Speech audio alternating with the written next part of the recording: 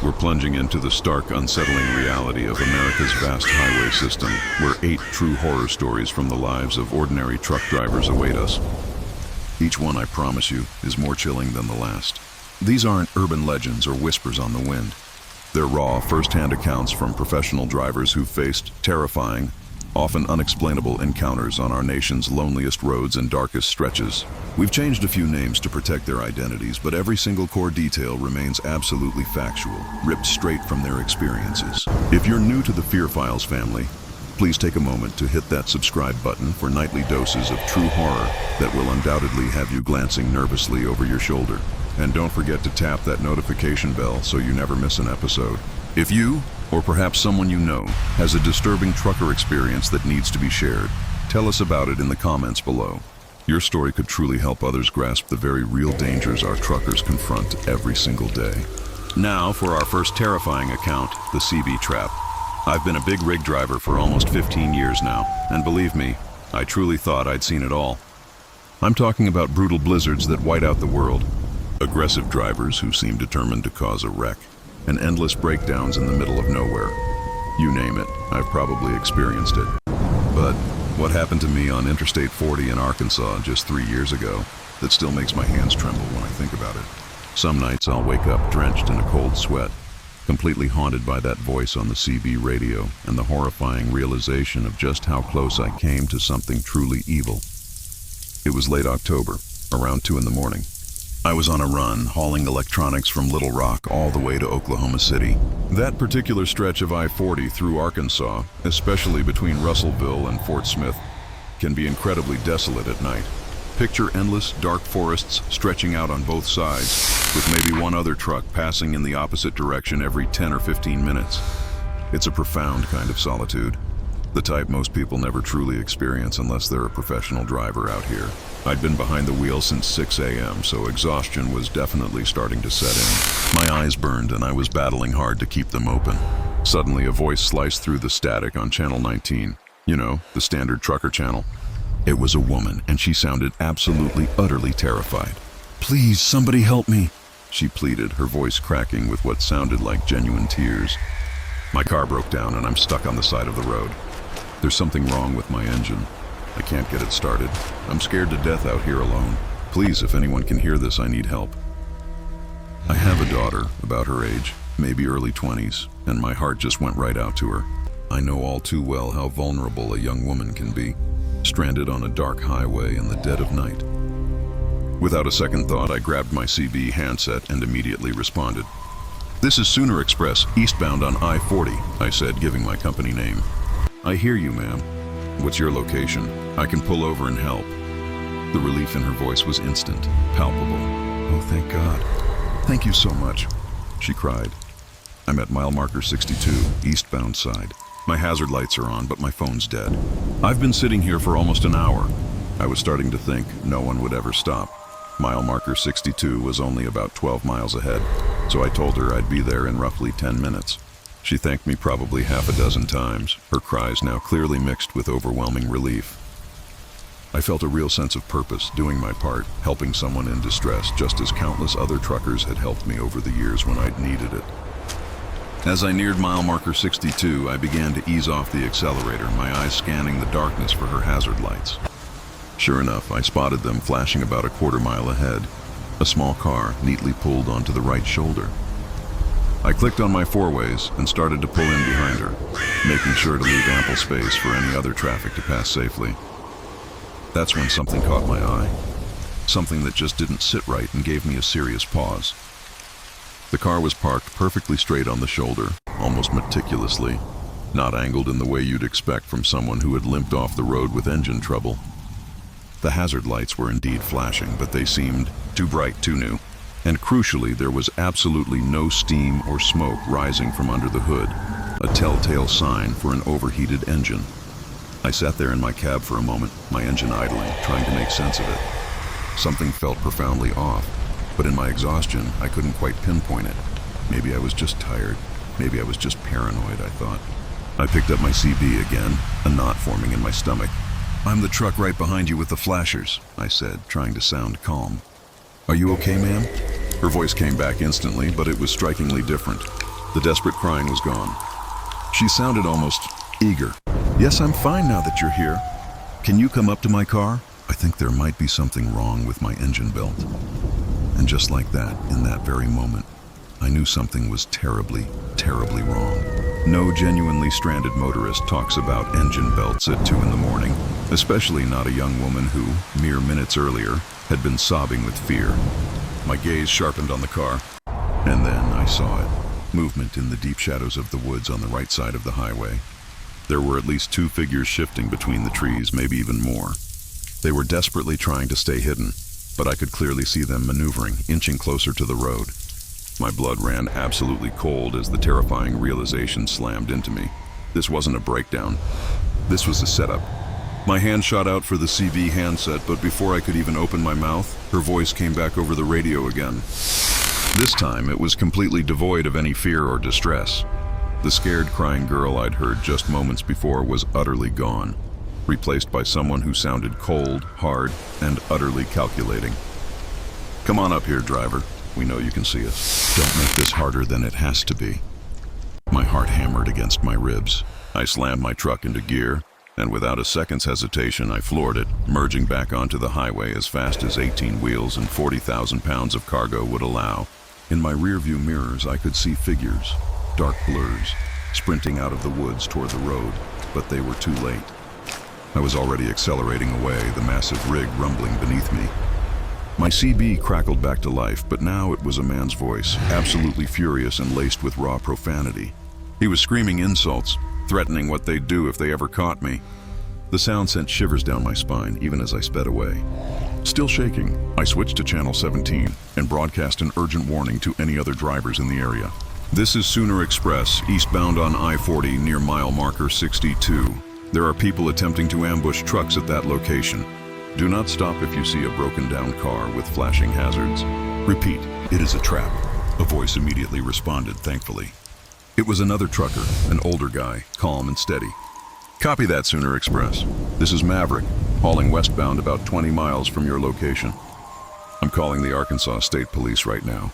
Are you safe?" "I'm safe for now," I managed to reply, but there were at least 3 or 4 people involved, and they definitely had CB equipment.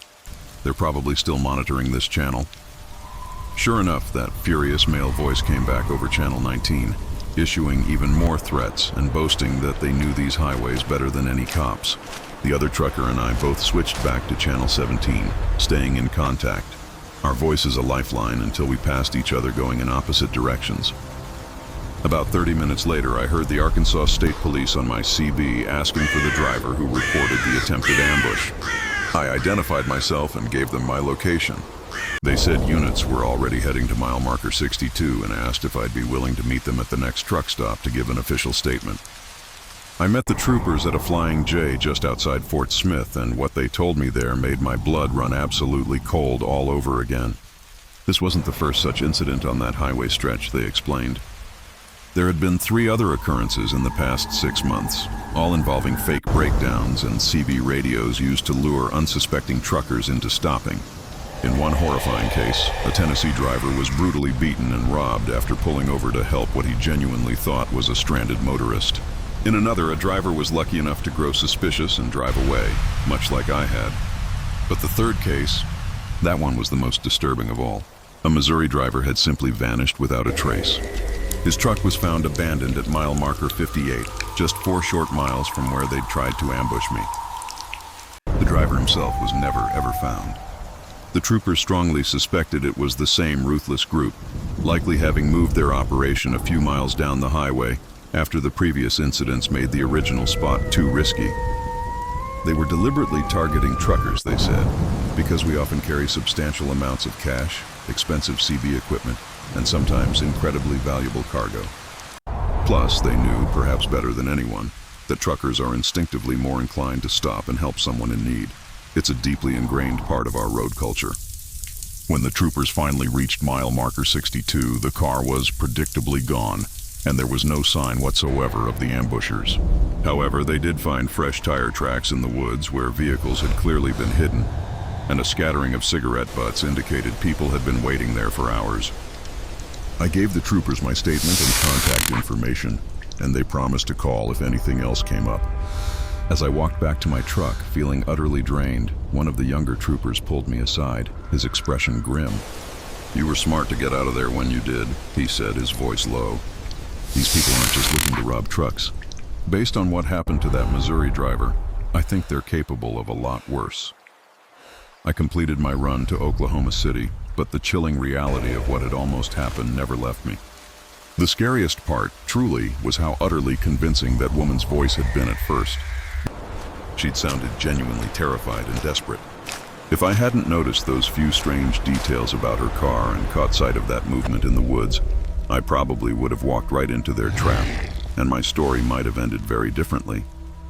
Since that harrowing night, I've completely changed how I respond to calls for help on the CB radio. I still want to help people, of course, but now I'm far more cautious. If someone claims to be broken down, I call the state police first and let them handle it. If it's a legitimate emergency, the cops can get there faster anyway. And if it's a trap, well, I've potentially saved another driver from falling victim to something truly awful. I also installed a state-of-the-art dash camera system that records everything in front of and behind my truck. And I upgraded my CB radio to one that can even record conversations. If something like this ever happens again, I want concrete, undeniable evidence for the police. The Arkansas State Police never did catch the people who tried to ambush me that night. About 6 months later, they called to say the incidents had stopped in that particular area, so they suspected the group had either relocated or perhaps been arrested for something else entirely. But they warned me, other groups likely employ similar predatory tactics. That's what truly bothers me, what keeps me awake sometimes. How many other fake breakdowns are occurring on dark highways right now? How many drivers have heard that same scared woman's voice over their CB, only to unknowingly drive into a deadly trap? And how many weren't as lucky as I was to spot the warning signs in time? These days, whenever I pass mile marker 62 on I-40, I instinctively slow down and scrutinize the woods on the right side. Sometimes I swear I can still see shadows moving among the trees, just waiting, silently, for the next trucker willing to extend a hand to a stranger in trouble. It's a truly terrible thing when your natural, compassionate instinct to help others becomes a calculated tool that criminals can exploit and use against you. I still drive the same routes, and yes, I still monitor Channel 19 on my CB radio. But now, every single time I hear someone calling for help, I instantly recall that scared woman's voice and how quickly it morphed into something cold, menacing, and utterly devoid of humanity. Trust takes years to build, a lifetime sometimes, and mere seconds to shatter. And those people, they didn't just try to rob or harm me that night. They shattered my fundamental ability to trust a voice on the radio asking for help. That, to me, is the real tragedy of what they did. They stripped away my faith in the basic decency of people who need assistance on the highway, leaving behind a profound sense of caution where a simple willingness to help once resided. This story, like so many others we'll share tonight, isn't just about a close call with danger. It's about the erosion of trust in a profession built on camaraderie and mutual support. Imagine spending your life on the open road, often in isolation, relying on the goodwill of strangers and the digital lifeline of your CB. Then, in one terrifying instant, that lifeline is twisted into a snare. What's left? A constant vigilance that weighs heavy on the mind, turning every seemingly innocent plea for help into a potential threat. Truckers aren't just hauling cargo. They're carrying the weight of these experiences, silently navigating highways where predators lurk, exploiting the very best instincts of good people. It forces them to question every shadow, every flicker of hazard lights in the dark, wondering if this time, it's real. This tale serves as a chilling reminder that the highways are not always as empty as they seem. And sometimes the most dangerous monsters aren't supernatural entities, but the very real humans who prey on kindness. It's a world where a simple act of human decency can become your gravest mistake. I've been driving trucks for 8 years now, and I learned pretty quickly that picking up hitchhikers is almost always a terrible idea. Most trucking companies have incredibly strict rules against it, and honestly, for good reason. You can never truly know who you're inviting into your cab, and once they're in there, you're stuck with them, sometimes for hours, until your next safe stop. But then there are those moments when your basic human decency just overrides common sense, pushing you towards a decision you might end up regretting for the rest of your life. This nightmare unfolded for me about 2 years ago on Highway 287. cutting right through the heart of the Texas Panhandle. I was on a familiar run, hauling agricultural equipment from Amarillo down to Beaumont, a route I'd navigated countless times. It was early June, and the weather had been brewing something truly nasty all afternoon. By the time I hit Childress, the sky had turned a bruised, inky black, and the wind was starting to howl fiercely. The radio had been buzzing all day with severe thunderstorm warnings, even mentioning potential tornadoes and hail the size of golf balls. I was desperately hoping to punch through the worst of it before the storm truly broke. But Mother Nature, it seemed, had far more dramatic plans in store. Around 7 p.m., just as I was passing through the absolute middle of nowhere, the heavens just opened up. I'm talking about rain so incredibly intense you could barely see 10 feet in front of my rig, even with the wipers going full blast. The wind was violently shaking my trailer, and I was wrestling the steering wheel with everything I had, just trying to keep us between the ditches. Lightning struck so close I could feel the electricity crackle in the air, and the thunder was loud enough to practically rattle my teeth. I was desperately searching for a safe place to pull over and wait out the deluge, when, through the swirling sheet of rain, I saw her. She was maybe 100 yards ahead, just a dark, indistinct silhouette in the downpour, her thumb tentatively raised. For a second, I thought my eyes were playing tricks on me. Who in their right mind would be hitchhiking in weather like this? But as I edged closer, I saw it clearly. A woman, probably in her 30s, utterly soaked to the bone and visibly shivering. My first instinct, the one drilled into me by company policy and years of experience, screamed at me to keep driving. This storm was dangerous enough.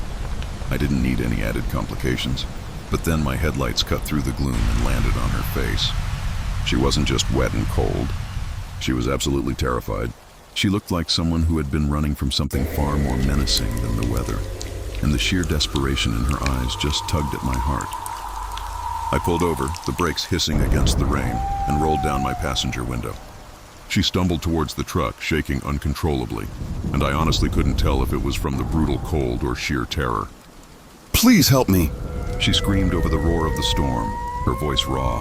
My car broke down about 5 miles back, and I've been walking in this weather for over an hour. I just need a ride to the next town.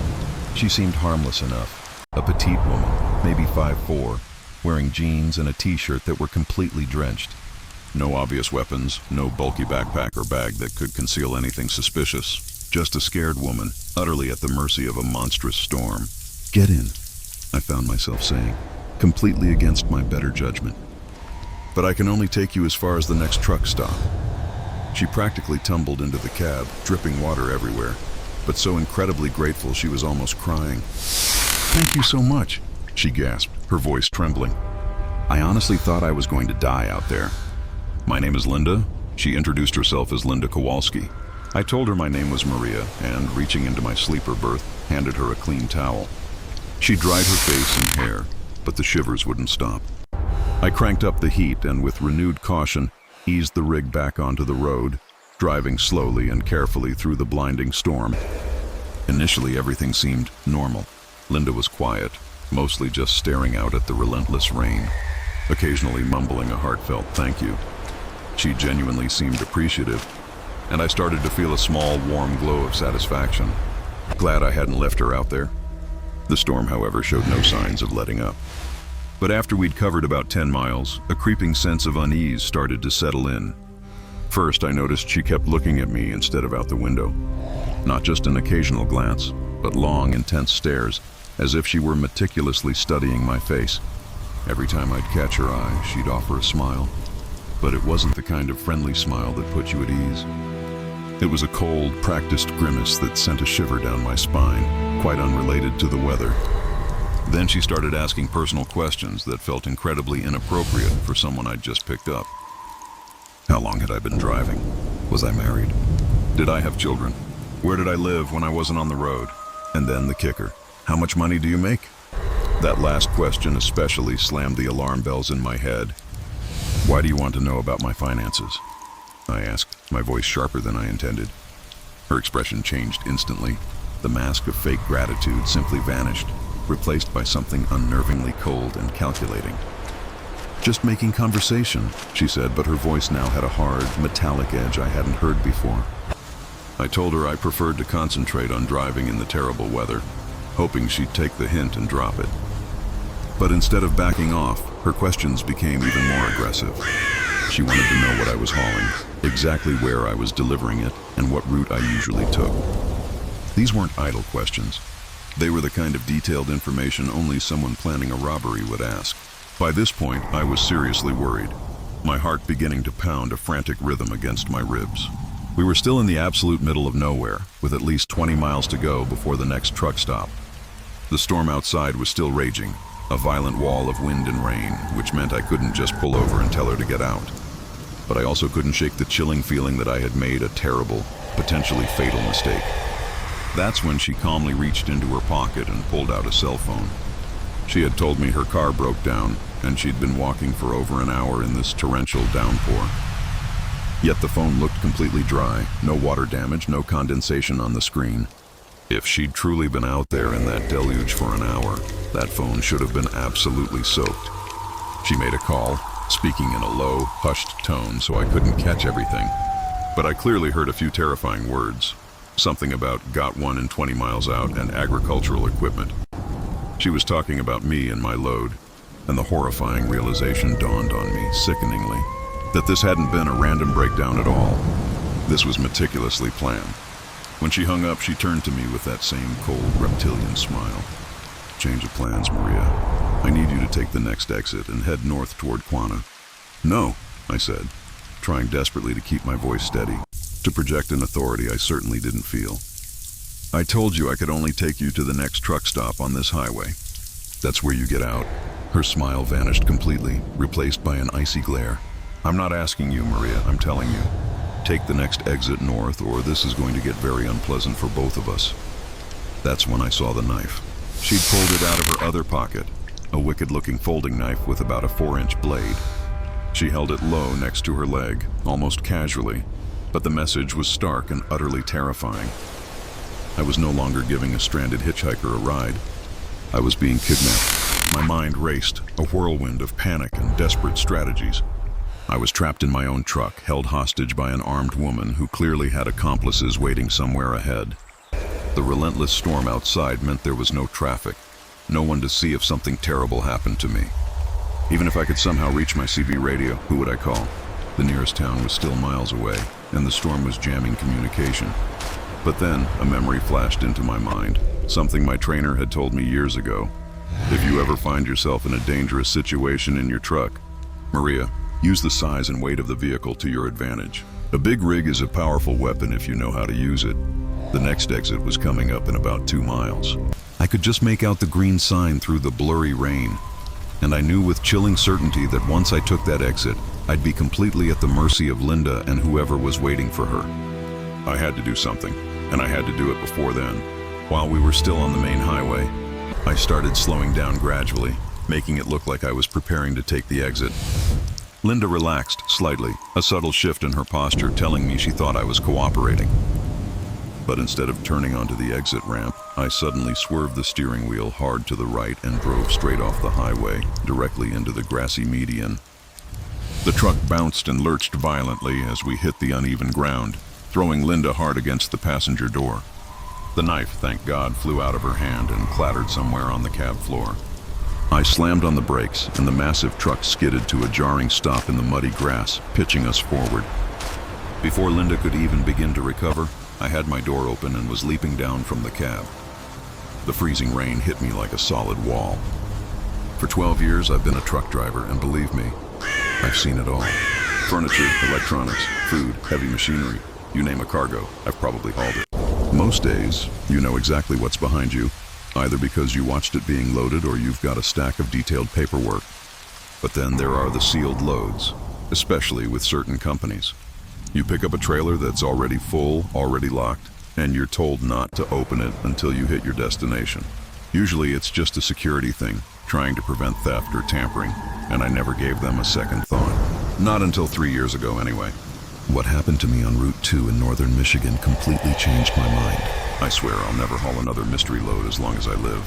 It was the dead of winter, mid-February, when I got the call for this particular sealed load. I was headed to a warehouse just outside Flint. The paperwork was sparse, to say the least. It just vaguely stated biological specimens for research purposes, with a destination way up in Michigan's Upper Peninsula, a lab in Houghton.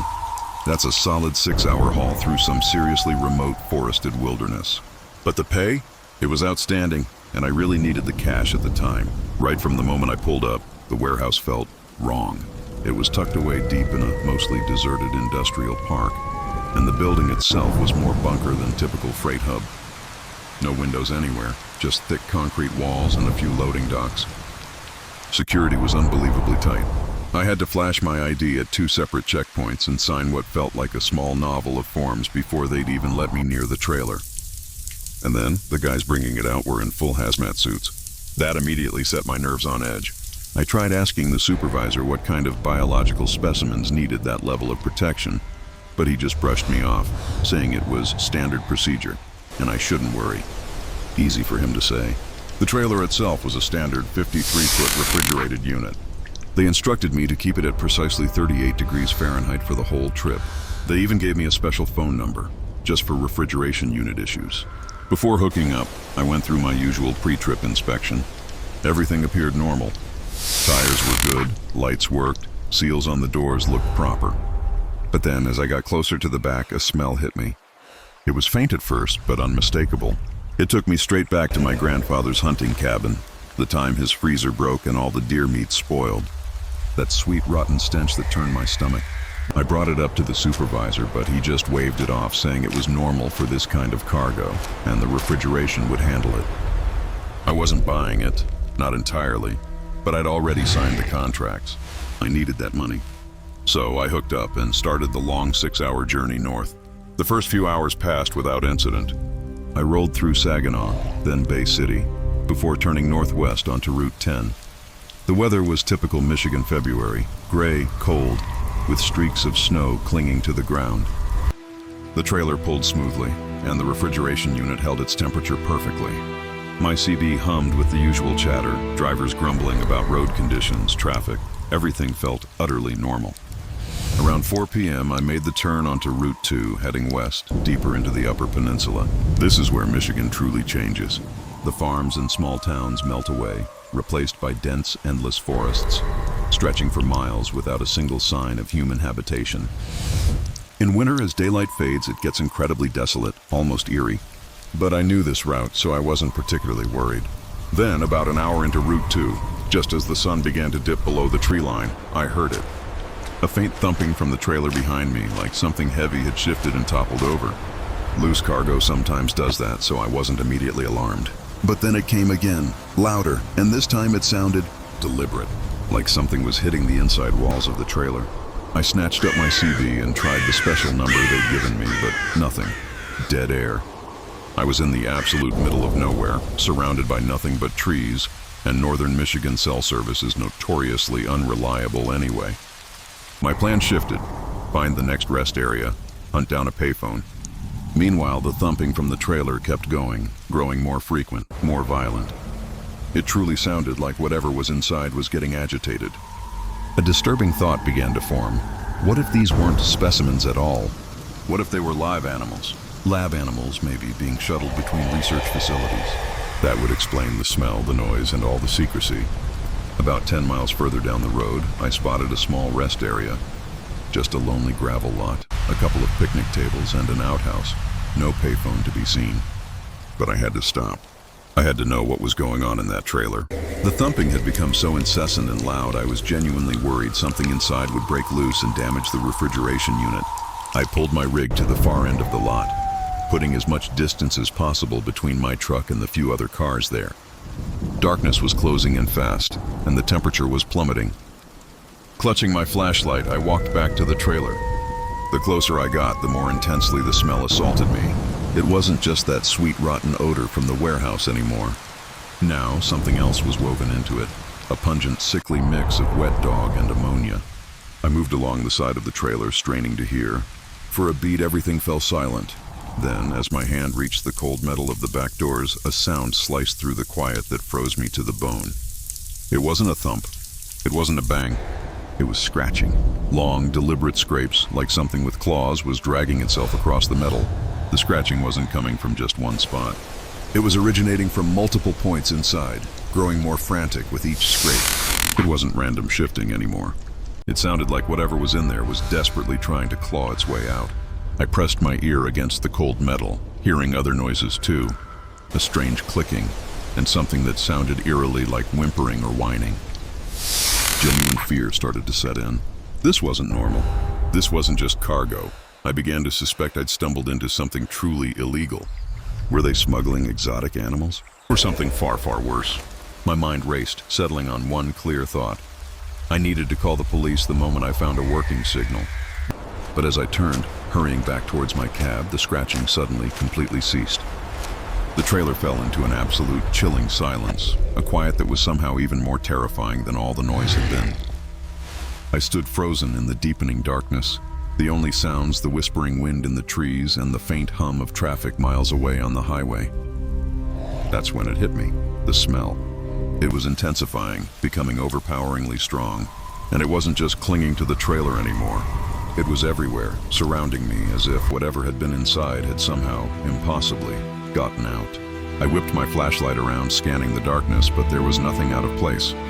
Just the stark trees, the snow, and my truck, an unnerving 50 feet away. I started moving quickly back to my cab, but I'd barely covered 20 feet when a sound erupted behind me, slamming the brakes on my walk and sending me into a full-blown sprint. It was a deep guttural noise, a terrifying blend of a growl and a roar. It didn't sound like any animal I'd ever encountered, and it was definitely coming from the direction of my trailer. I didn't hesitate. I threw myself into the cab, fumbling to lock the doors behind me. My hands trembled violently as I jammed the key in the ignition, started the engine, and slammed the truck into gear. I didn't dare glance in my rearview mirror as I roared out of that rest area and back onto Route 2. All I knew was I had to get as far away from that place as humanly possible. For the next hour, I pushed my rig as hard as I dared on that dark, twisting road. The trailer behind me was now utterly silent. No thumping, no scratching, no sound whatsoever. But the smell? It was still there. A foul, insidious presence seeping into the cab, even with every window sealed tight and the air circulation completely off. It grew so potent, so sickening, that I felt waves of nausea rolling over me. Roughly 30 miles from Houghton, I had no choice but to pull over again. The fumes were making me lightheaded, dizzy, and I was terrified I'd pass out at the wheel. I found another rest area this time, one with brighter lights and a few other rigs parked up. I figured I'd feel a little safer with other people around while I tried to process what to do. I parked close to the other trucks and, with a knot of dread in my stomach, got out to check the trailer once more. The stench was utterly overwhelming now, and the reason became horrifyingly clear. A dark, viscous liquid was seeping out from under the trailer doors, forming an ominous pool on the asphalt. Under the yellowish glow of the rest area lamps, it looked black. But when I flicked on my flashlight, the beam cut through the darkness, revealing its true, ghastly color, a deep, unsettling dark red. It was at that sickening moment I understood. I wasn't carrying biological specimens or even lab animals. I was hauling something that had died, likely a long time ago, and was now actively decomposing in that sealed trailer. The sheer, grotesque reality of what could be leaking out of there turned my stomach completely. I stumbled to the nearest bushes and retched until there was nothing left. When I returned, another driver was standing beside my trailer, an older gentleman, probably in his 60s, his face etched with concern. "You got a problem there, son?" he asked, his gaze fixed on the dark liquid spreading across the asphalt. "That don't look good at all." I stammered out that it was a sealed load, that I didn't know what was inside, but something had clearly gone terribly wrong. He took one look at the unsettling pool, then shook his head slowly. "Son, I've been behind the wheel for 40 years, seen just about every kind of cargo, but I've never ever seen anything like that leak from a legitimate shipment. You need to call the authorities. Right now." He generously offered his satellite phone, and I numbly dialed the Michigan State Police. When I finally managed to relay the horrifying situation to the dispatcher, her voice was firm. Stay put, exactly where I was, and under no circumstances was I to open that trailer. She assured me units from both the state police and the Department of Environmental Quality were being dispatched immediately. About 30 minutes later, The first police cruisers arrived, followed shortly by a full-blown hazmat team. They instructed me to park my truck roughly 100 yards away while they conducted their investigation. Through my binoculars, I watched them don their complete protective gear before cautiously approaching the trailer's rear doors. When those doors finally swung open, even from my distant vantage point, I saw the hazmat team members visibly recoil, flinching backward. Whatever was inside that trailer was so horrific, so profoundly wrong, that even seasoned professionals, braced for the absolute worst, were utterly shocked. They spent a grueling 2 hours meticulously documenting everything and collecting samples before finally coming to speak with me. The state police detective who conducted my interview was tight-lipped. He wouldn't tell me precisely what they'd discovered inside that chilling container, but he did confirm it definitely wasn't biological specimens for research. He vaguely stated it appeared to be the remains of multiple large animals, illegally slaughtered and transported without any proper permits or refrigeration. He also informed me that the company I'd contracted with was already under investigation for numerous other violations. But what truly gnawed at me, what still keeps me up at night, was his comment about the scratches inside the trailer walls. He said they looked fresh, unmistakably made during transport. But if these animals were already dead when they were loaded, how on earth could they have made those marks? When I pressed him on it, he simply repeated that the investigation was active, and he couldn't divulge further details. I never got a full explanation, never found out what was truly in that trailer, and no, I never saw a dime for the job either. The company vanished completely just a few weeks after the incident. The detective suggested they were likely involved in some illegal wildlife trafficking ring, but that theory still doesn't account for the sounds I heard, the frantic scratching, or the undeniable sense that whatever was trapped in there was fighting desperately to get out. I quit that trucking company the very next day. I found a new job with a firm that deals exclusively in legitimate, fully documented cargo. I've sworn off sealed loads forever, no matter what astronomical sum they might offer. The nightmares, the waking dread that plagued me for months after that horrific night, weren't worth any amount of money. Sometimes, even now, late at night when I'm alone on a deserted highway, my mind drifts back to that trailer. Were they truly just dead animals?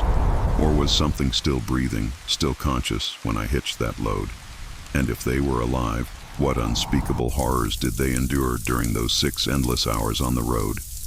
The memory of those scratching sounds is etched into my soul, a terrifying echo that will haunt me until my dying day, and I pray I never, ever learn what was making them. That incident didn't just change my career, it fundamentally altered how I see the world. Before I was a practical man, dealing with concrete realities. Now there's always a shadow, a nagging doubt that lurks just beneath the surface of the ordinary. The human mind craves answers, a logical explanation for things. But some mysteries defy logic, leaving gaping holes in your understanding. What truly happened in that trailer, and what horrific life or death struggled within its confines, remains one of those terrifying voids in my life. It stripped away a layer of comfort, showing me that even in the most mundane parts of our jobs, we can stumble upon unspeakable horrors. The memory isn't just a story, it's a constant, cold presence, a reminder that some doors are better left unopened, and some truths are too disturbing to ever fully comprehend. It left me with a deep, unsettling awareness of the darkness that can exist, hidden in plain sight, just a locked door away. It made me realize that some fears, once awakened, never truly sleep again.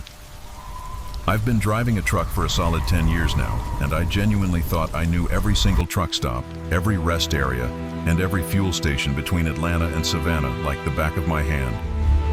Highway 80 is practically my second home. I must have driven that route at least 200 times over the years. That's precisely why what happened to me last October still feels utterly impossible, and it's why even thinking about it too much can plunge me into fresh nightmares. That particular day started out as a routine haul, just paper products from a mill near Macon down to the port in Savannah. It's a run I've done countless times, typically a 4-hour trip if traffic plays nice. But this day was a disaster from the get-go. First, I had a late start because of loading dock issues. Then I hit a snag with some unexpected construction delays. To top it all off, my truck started acting up. the dashboard lights flickering like a faulty Christmas tree. By the time I hit the halfway point, it was nearly 11 p.m., and I was staring at a dangerously low fuel gauge, barely a quarter tank left. I knew there was no way I'd make it to Savannah without stopping.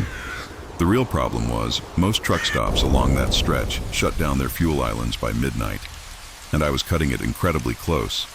A wave of real worry washed over me, wondering if I'd find anywhere open, when I suddenly spotted an exit sign. It clearly read, Truck Plaza, 24 hours, with an arrow pointing right. Now that was strange. I had never noticed that exit before, despite all my runs. But desperation for fuel trumped my usual caution, so I took the exit, following the signs down a narrow 2-lane road winding through thick pine woods.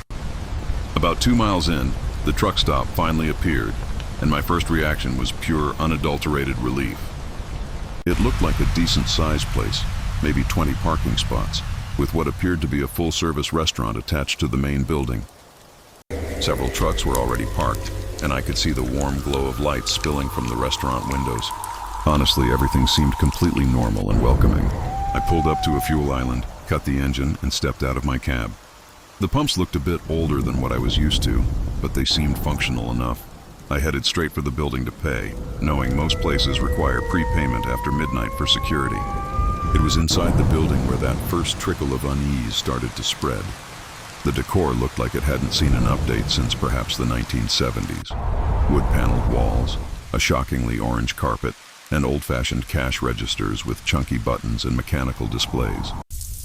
Behind the counter stood a middle-aged woman with a towering beehive hairdo and makeup that seemed plucked right from an old movie. Evening, honey. She greeted me with a genuinely friendly smile. What can I do for you? I explained I needed to fill my tanks and asked if I could use my company credit card. She took the card, turning it over in her hands, examining it as if she'd never seen such a thing before. I'm sorry, sweetheart, but we only take cash, she said sweetly. There's an ATM over by the restaurant if you need to get some money. This immediately struck me as incredibly odd. Every truck stop in America accepts credit cards, especially company fuel cards, but I desperately needed that fuel. So I walked over to the ATM. It was one of those ancient machines with a tiny green screen and buttons that looked like they'd been installed way back in the 1980s. When I slid my card in, it made a series of strange beeping noises. But eventually, blessedly, it dispensed the cash I needed. I paid for the fuel and went back out to pump it. As I was filling my tanks, my eyes drifted over the other parked trucks. That's when I noticed yet another strange detail. All the trucks looked incredibly old, not just well-maintained vintage models, but truly ancient. The kind of trucks from the 1970s and 80s you'd only ever see at a truck show or in a museum. One was a beautiful 1979 Peterbilt, complete with the classic cab and chrome exhaust stacks. Another was an early 1980s Kenworth with a paint job I hadn't seen in decades. They all had old-school CB antennas and accessories that looked like they belonged in another era. It was like I had somehow driven into a truck stop from 40 years in the past. Once I finished fueling, I decided a cup of coffee was in order before hitting the road again, hoping it would shake off the growing strangeness. The restaurant interior was an even deeper dive into this bizarre time capsule. Red vinyl booths, a jukebox in the corner playing 1970s tunes, and waitresses wearing crisp uniforms with little white aprons. The menu was handwritten on a chalkboard, and the prices were ridiculously, almost impossibly, low. Coffee was 50 cents, a hamburger was $2, and a slice of pie cost just $1.50. I took a seat at the counter and ordered coffee from a waitress who looked to be in her 30s, but her hair and makeup were decidedly from decades gone by.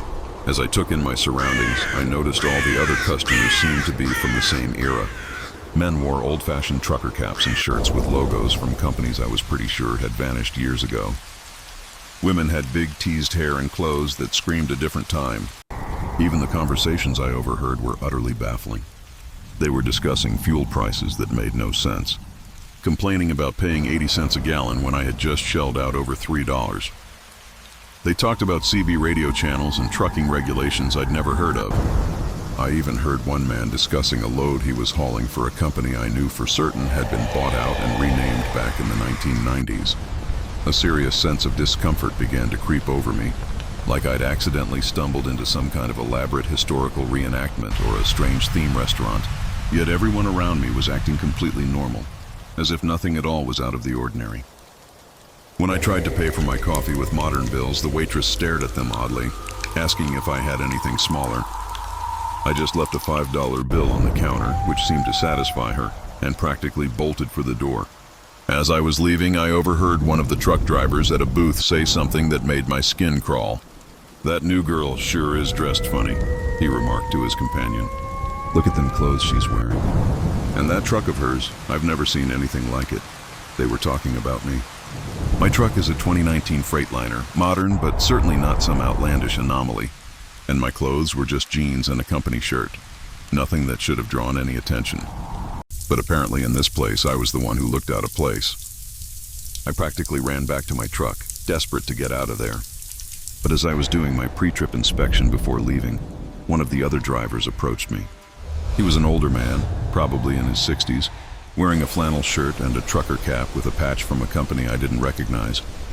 "That's a real nice rig you got there," he said, walking around my truck, examining it closely with a curious glint in his eye. "What year's that Freightliner?" "I've never seen one with all them fancy electronics and such."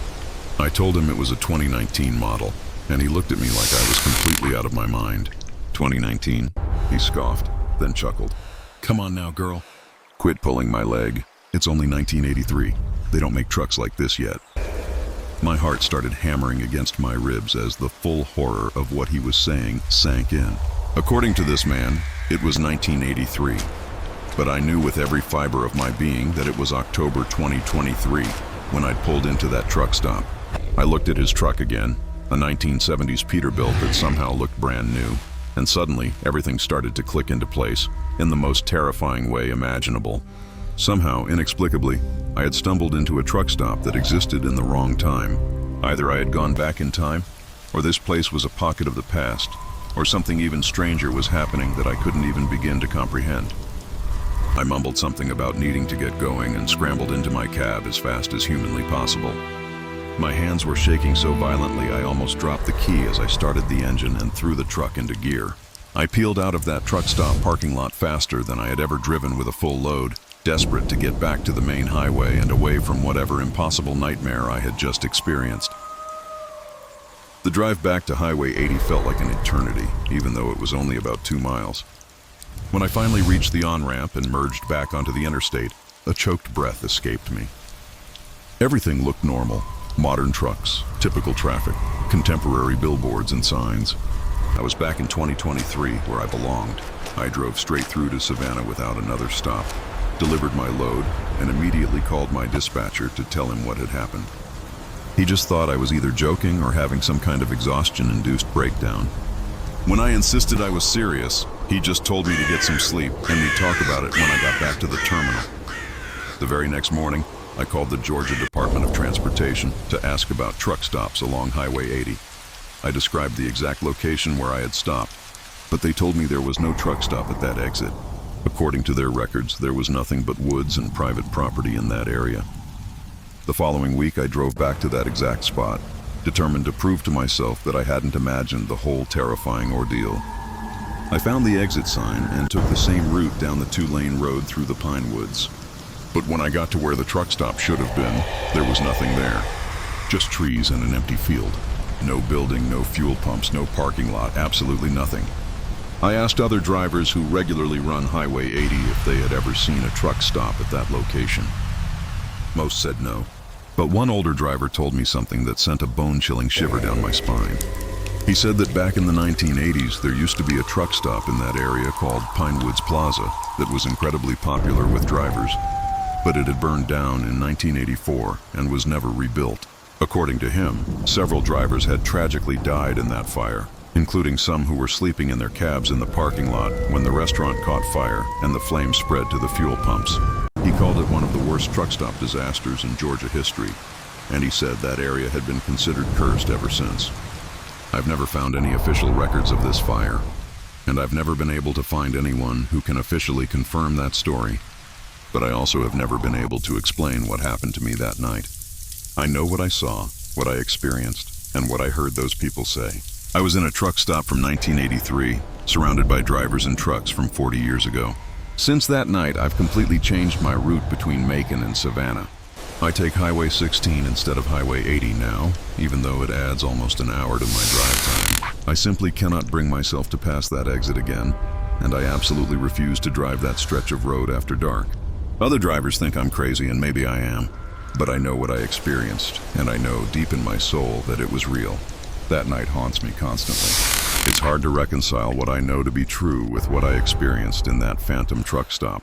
I spend endless hours dissecting every detail, every conversation, trying to find a logical explanation, but there isn't one. The confidence I once had in my roots, in my understanding of the world, has been shattered.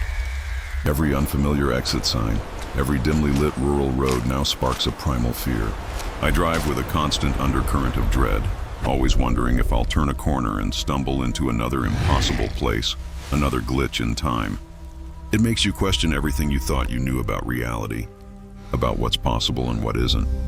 Sometimes, late at night when I'm driving through rural areas, a cold shiver runs through me as I wonder if there are other places like that truck stop out there. Places where time doesn't work the way it should, where the past and present get mixed up in ways we cannot begin to understand. I just pray I never find another one. Please rewrite this script in a natural and fluent tone with proper grammar and punctuation.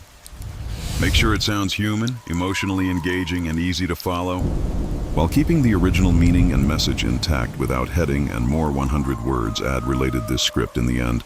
I've been driving a truck for 10 years now, and I thought I knew every truck stop, rest area, and fuel station between Atlanta and Savannah. Highway 80 is one of my regular routes. I've probably driven it 200 times over the years. That's why what happened to me last October still makes no sense, and it still gives me nightmares when I dwell on it too much. I was hauling paper products from a mill outside Macon down to the port in Savannah. It was a routine run I'd done dozens of times, usually taking about 4 hours, traffic permitting. But this particular day had been a disaster from the start. I got a late start due to problems at the loading dock, then hit construction delays. After that, my truck started having electrical issues that made my dashboard lights flicker on and off. By the time I reached the halfway point, it was almost 11 p.m. and I was running dangerously low on fuel. My fuel gauge showed less than a quarter tank, and I knew I wouldn't make it to Savannah without stopping. The problem was, most truck stops along that stretch closed their fuel islands at midnight, and I was cutting it very close. I was getting worried about finding an open station when I saw the exit sign. It read, Truck Plaza, 24 hours, with an arrow pointing right. I'd never noticed that exit before, which was strange since I'd driven this route so many times. But I was desperate for fuel, so I took the exit and followed the signs down a 2-lane road through some pine woods. The truck stop appeared about 2 miles down the road, and my first thought was relief that I'd found somewhere to fuel up. It was a decent-sized place with maybe 20 parking spots and what looked like a full-service restaurant attached to the main building. Several trucks were already parked there, and I could see lights on in the restaurant windows. Everything looked normal and welcoming. I pulled up to the fuel island and shut off my engine. The pumps looked a little older than what I was used to, but they seemed to be working fine. I got out of my cab and walked over to the building to pay for my fuel, since most places require prepayment after midnight for security. Inside the building was when I first started to notice something was off. The decor looked like it hadn't been updated since maybe the 1970s. Wood-paneled walls, orange carpet, and old-fashioned cash registers with big buttons and mechanical number displays. Behind the counter was a middle-aged woman with a beehive hairdo and makeup that looked straight out of an old movie. "Evening, honey," she said with a genuinely friendly smile. "What can I do for you?" I told her I needed to fill my fuel tanks and asked if I could pay with my company credit card. She looked at the card like she'd never seen one before, turning it over in her hands and examining it closely. "I'm sorry, sweetheart, but we only take cash," she said. "There's an ATM over by the restaurant if you need to get some money." This struck me as odd, since every truck stop in America takes credit cards, especially company fuel cards. But I needed the fuel, so I walked over to the ATM. It was one of those ancient machines with a tiny green screen and buttons that looked like they'd been installed in the 1980s. When I put my card in, it made strange beeping noises, but eventually dispensed the cash I needed. I paid for the fuel and went back out to pump it into my tanks. While I was filling up, I looked around at the other parked trucks. That's when I noticed something else strange. All the trucks looked old. Not just well-maintained older models, but genuinely vintage, like trucks from the 1970s and 1980s that you'd normally only see at truck shows or in museums. One was a 1979 Peterbilt with the old-style cab and chrome exhaust stacks. Another was an early 1980s Kenworth with a paint job you never see anymore. All the trucks had CB antennas and accessories that looked decades old. It was like stepping into a truck stop from 40 years in the past. I finished fueling and decided to go into the restaurant for a cup of coffee before getting back on the road. The restaurant interior was an even deeper time capsule than the main building.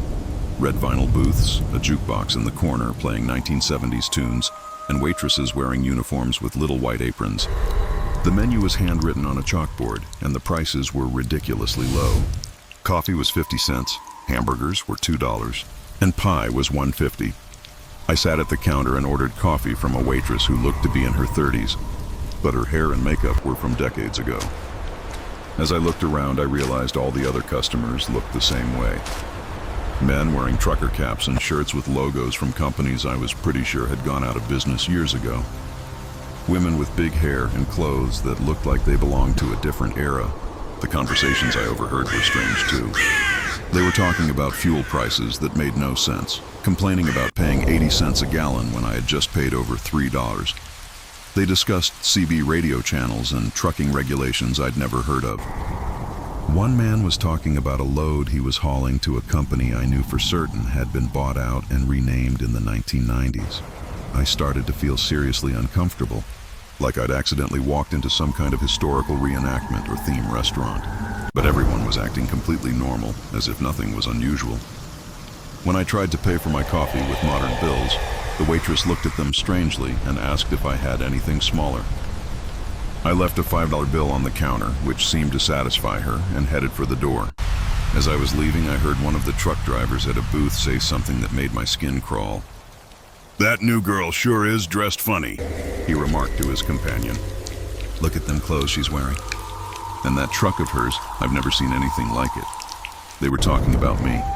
My truck is a 2019 Freightliner, modern but not unusual by any means. And my clothes were just jeans and a company shirt. Nothing that should have attracted attention. But apparently, in this place, I was the one who looked out of place. I walked quickly back to my truck, desperate to get out of there.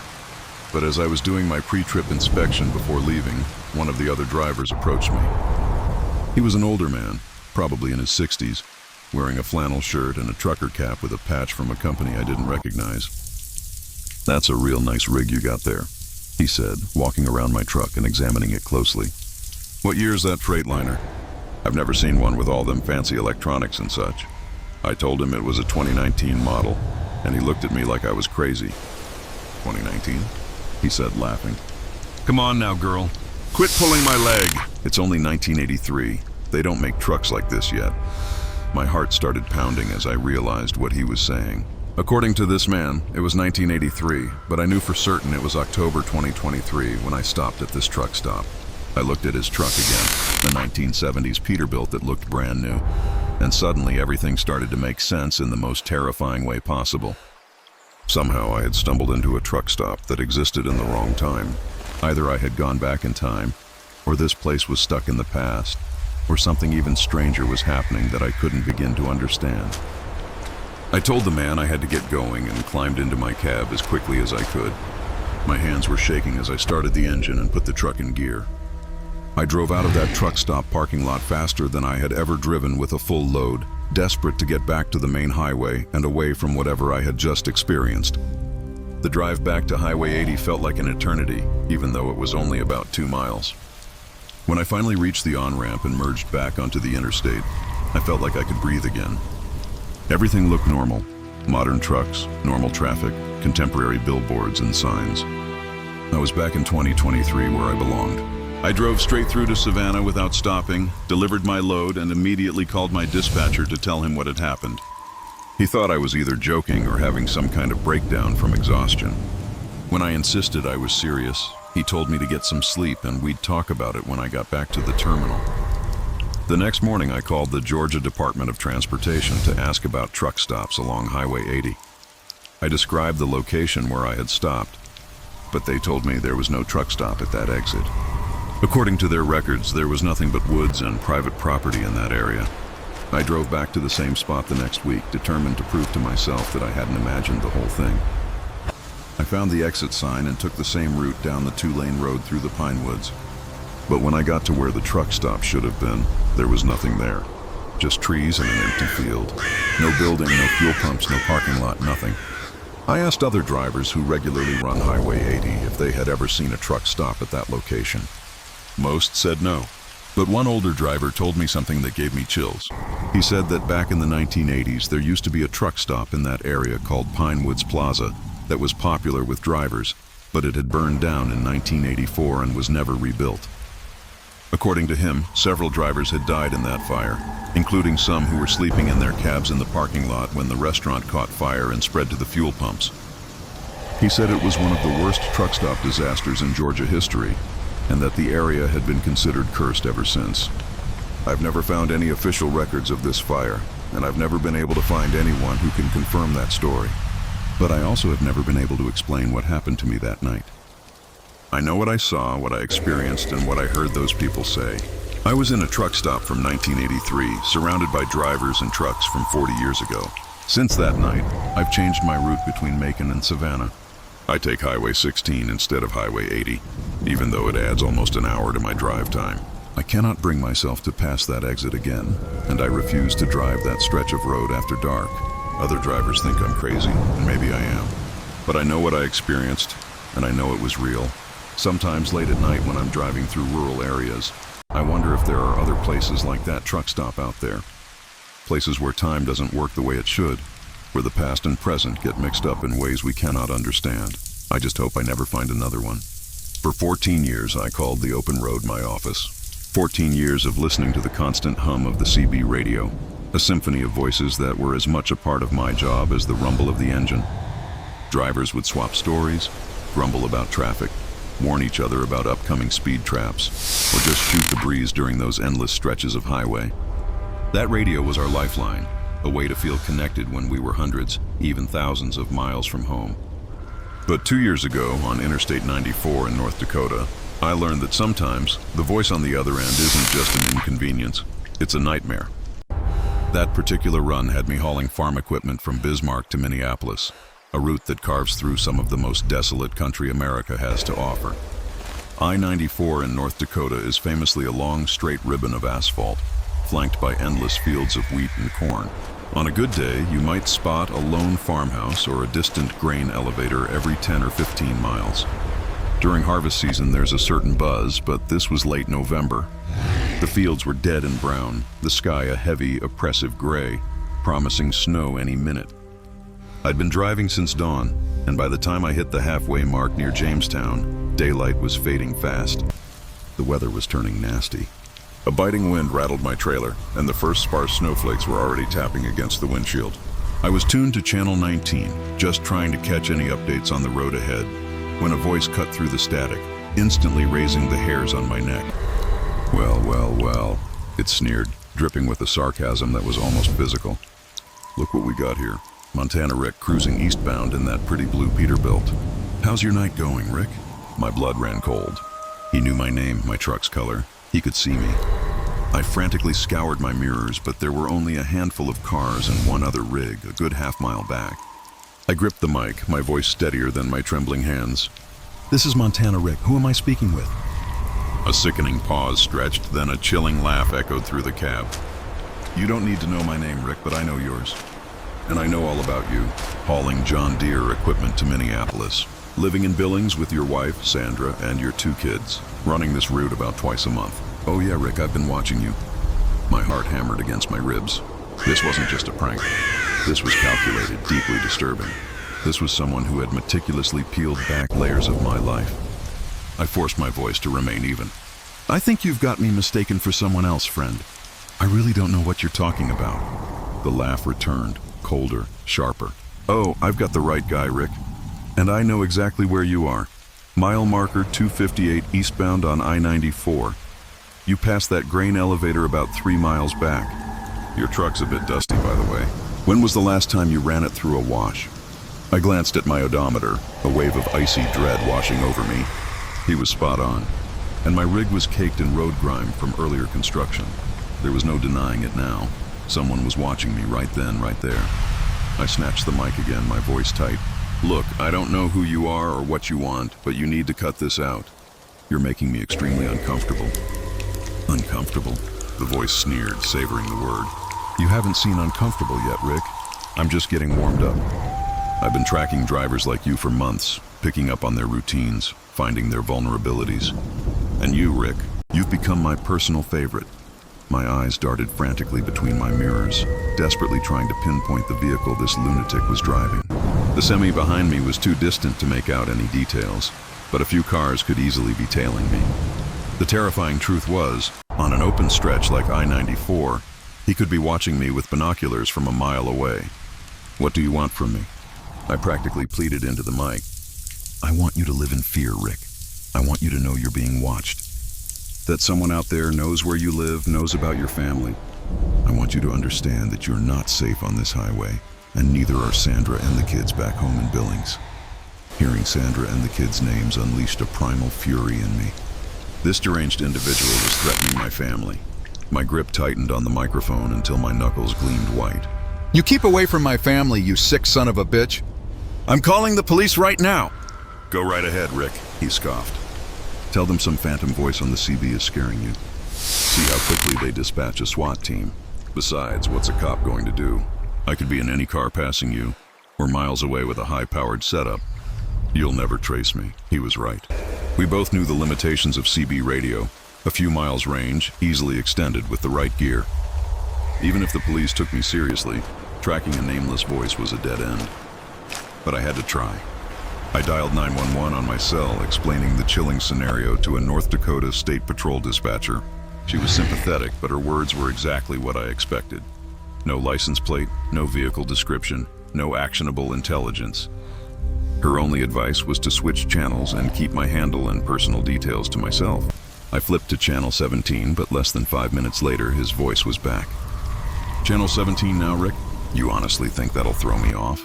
I told you I've been studying you. I know your habits. You always jump to 17 when 19 gets too noisy. So predictable. The dread intensified. This wasn't just a stalker following me tonight. He'd been meticulously observing me for weeks, maybe months. He knew my routines, my routes, every intimate detail about my family. Everything.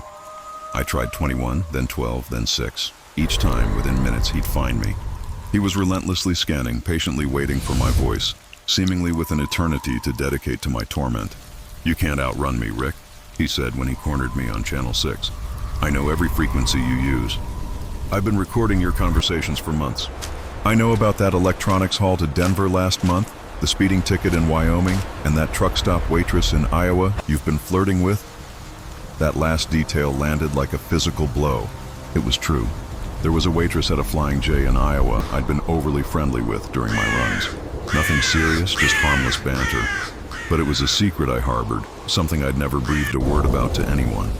The fact that he knew meant his surveillance was far more invasive than I'd imagined. You're finally getting it, aren't you, Rick? The voice continued, savoring my terror. I know everything, your routes, your schedule, your habits, your deepest secrets. And now, I'm going to use it all against you. My voice trembled uncontrollably as I asked again, what do you want from me? I want you to suffer, Rick. I want every mile you drive to be a torment. I want you to lie awake at night wondering if tonight's the night I come for Sandra and the kids. I want you to realize someone out there despises you enough to systematically dismantle your life. Why? I whispered, my throat tight. What did I ever do to you? A long, heavy silence followed. When his voice returned, it was transformed, quieter, more intimate, seething with a raw, terrifying rage. You killed my brother. The words hit me like a lightning bolt, stealing my breath. I never killed anyone. You've got the wrong man. Route 2 in Montana, 18 months ago. You were westbound, my brother eastbound on his motorcycle. You swerved to avoid a deer, crossed the center line, and hit him head on. Remember now, Rick. The memory surged back, a horrifying flash of that night. A fierce storm, torrential rain, near zero visibility. A deer had indeed sprung into my path. I'd wrenched the wheel, felt a jolt, then stopped to check. But in the downpour, I'd seen no deer, no damage to my truck. I convinced myself I'd missed it, that the impact was my imagination. I swear I never saw a motorcycle, never saw another vehicle. I never saw a motorcycle, I choked out. I never knew I hit anyone. Of course you didn't stop, he snarled, his voice venomous. You just kept driving, leaving my brother to die on the side of that rainy road. It took the police 3 agonizing hours to find him, and by then it was too late. But they found paint chips from your truck on his bike, and tire tracks that matched your rig. They had your license number, Rick. My hands were trembling violently. A chill ran down my spine as I remembered the police visiting my home weeks after the incident, asking about my whereabouts. I had told them the truth. I was in the area, but I genuinely had no knowledge of any collision. The investigation had eventually gone cold, and I thought it was over.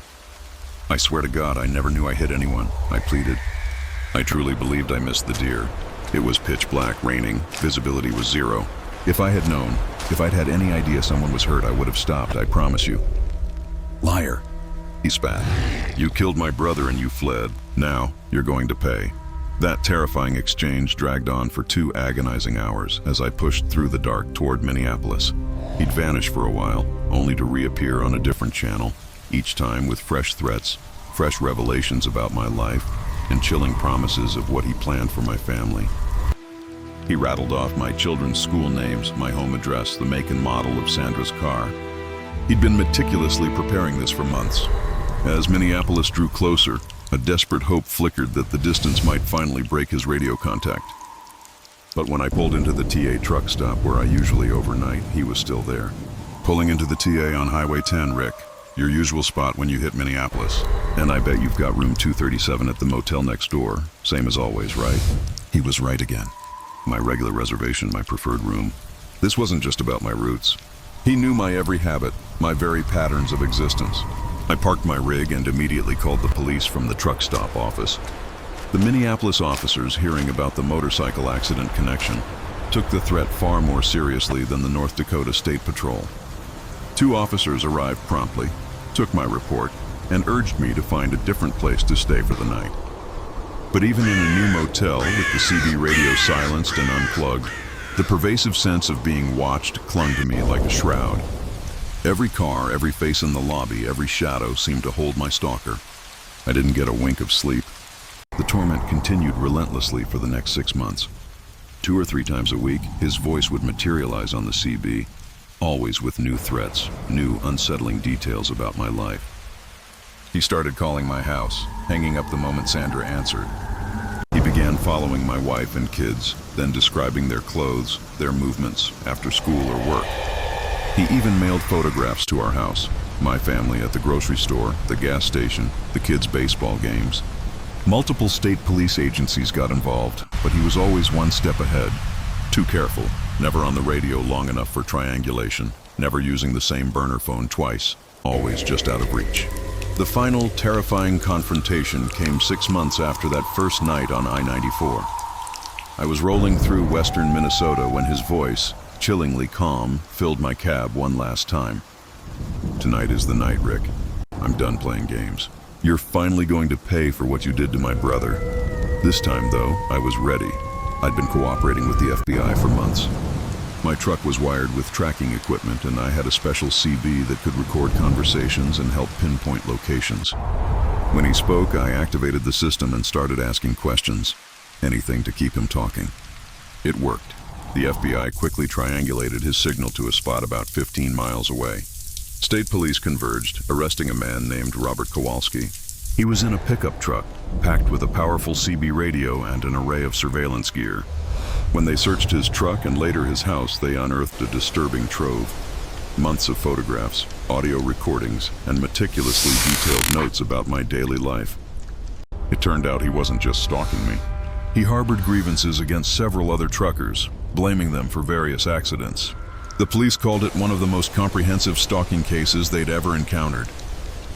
During the trial, the full scope of the nightmare behind the motorcycle accident emerged. Robert's brother had died in a collision with a truck during a storm, but the investigation never definitively proved I was the driver. Robert, however, had become consumed by the belief that I was responsible, spending over a year meticulously planning his revenge. He was convicted of stalking, harassment, and terroristic threats, sentenced to 5 years in prison. but the damage was irreparable. I couldn't bear to drive those same routes, haunted by the thought that he, or someone like him, might still be out there. The CB radio, once a source of camaraderie, now felt tainted, a portal to potential hostility. Most profoundly, I couldn't escape the gnawing doubt about that rainy night, the lingering question of whether I truly was responsible for a man's death. 6 months after the trial, I left long-haul trucking, taking a local job with a construction company.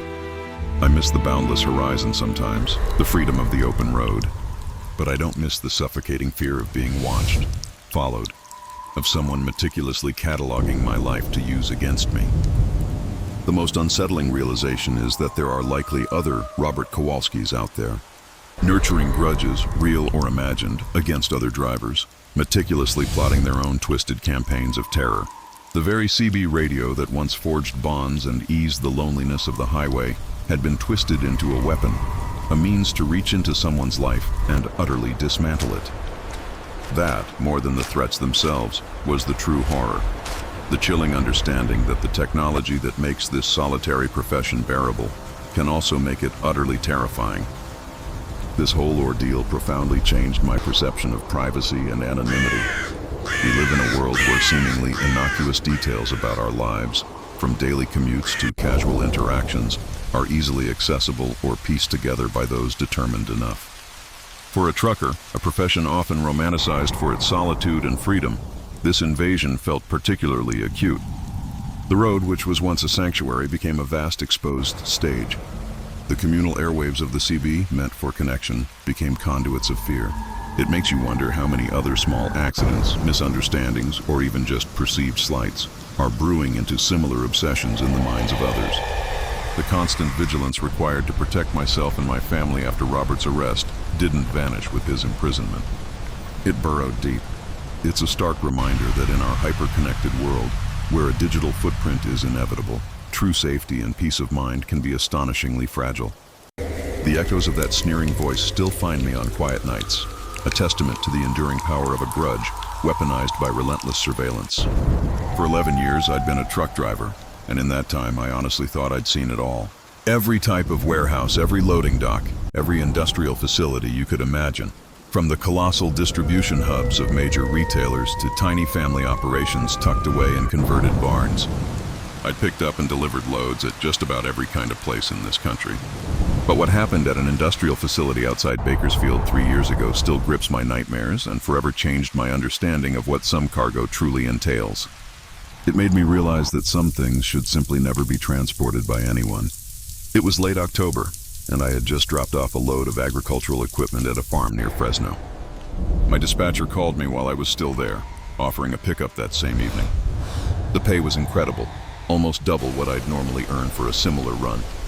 With my daughter's college tuition weighing heavily on my mind, I couldn't say no, even if it meant driving through the night. The pickup location was listed as Kern Valley Industrial Storage, with an address about 30 miles southeast of Bakersfield. I'd never heard of them, but that wasn't unusual. New warehouses and distribution centers pop up all the time in California. The paperwork simply stated I'd be hauling processed agricultural products to a facility in Phoenix, which sounded routine enough. I arrived at the address around 11 p.m., expecting the usual industrial complex, bright lights, busy docks. Instead, my truck bounced down a narrow dirt road leading to an isolated, decrepit warehouse surrounded by endless empty fields. The building itself looked ancient and neglected, rust staining its metal siding, weeds pushing up through the cracked asphalt of the parking lot. There wasn't a single company sign visible, just a small, faded placard by the entrance that read KVI Storage. The only other vehicles were 2 battered pickup trucks and a large refrigerated trailer that looked like it had been abandoned there for ages. A single weak floodlight cast long shadows over the loading dock, where I could make out several figures moving in a way that just felt off. Something about the entire scene prickled my skin, but I'd driven a long way, and that tuition money was calling. So I carefully backed my trailer up to the dock and went to find whoever was in charge. The men working the dock weren't like any warehouse crew I'd encountered. They were all dressed in dark clothes, wearing heavy work gloves despite the mild night air. Not one of them met my gaze. When I asked where I should check in, they simply pointed, silently, towards a small, detached office on the side of the warehouse. The office was even stranger than the loading area. Inside, old metal desks and filing cabinets, straight out of the 1970s, cluttered the space. The walls were covered with charts and diagrams that were utterly incomprehensible to me. Behind the main desk sat a thin, nervous-looking man in his 50s, who introduced himself as Mr. Patterson. He had me sign several documents, but when I tried to read them thoroughly, he kept rushing me, insisting they needed to finish loading before morning. "What exactly am I hauling?" I asked him again, as the paperwork was still frustratingly vague about the specific contents. "Processed meat products," he replied, without even glancing up from his clipboard. "Specialty items for restaurants in Phoenix. Nothing you need to worry about." I requested to see the load before they sealed the trailer. A standard practice for most drivers, but Mr. Patterson flatly refused, citing health department regulations. He assured me everything was perfectly packaged and temperature controlled, and that I simply needed to maintain the refrigeration at 35 degrees during transport. As we spoke, strange sounds drifted from the warehouse, noises that didn't fit a meat processing operation. There was the heavy, grinding thrum of machinery, but also other, less identifiable sounds, scraping, thumping, and what almost sounded like distant voices or muffled crying. When I questioned Mr. Patterson about it, he brushed it off, saying they were working on multiple orders, and the equipment could get loud at night. The loading process itself dragged on for about 2 hours, which felt incredibly long for a single trailer. I waited in the office, and during that time my unease grew. First, there was a pervasive, strong chemical smell throughout the building, like bleach mixed with something organic and deeply unpleasant. Second, the workers constantly went in and out of a section of the warehouse cordoned off by heavy plastic sheeting, and I could hear even more distinct, different machinery running behind it. Most disturbing, though, were the phone calls Mr. Patterson received. He'd answer in a hushed voice, having brief, coded conversations. I caught phrases like, "Processing complete on batch 7, disposal truck. Arrives at 3, and sanitization of Area 4 needed before morning." These were not the typical business conversations of a legitimate food processing facility. Around 1 a.m. the workers finally finished, and Mr. Patterson had me sign the final paperwork.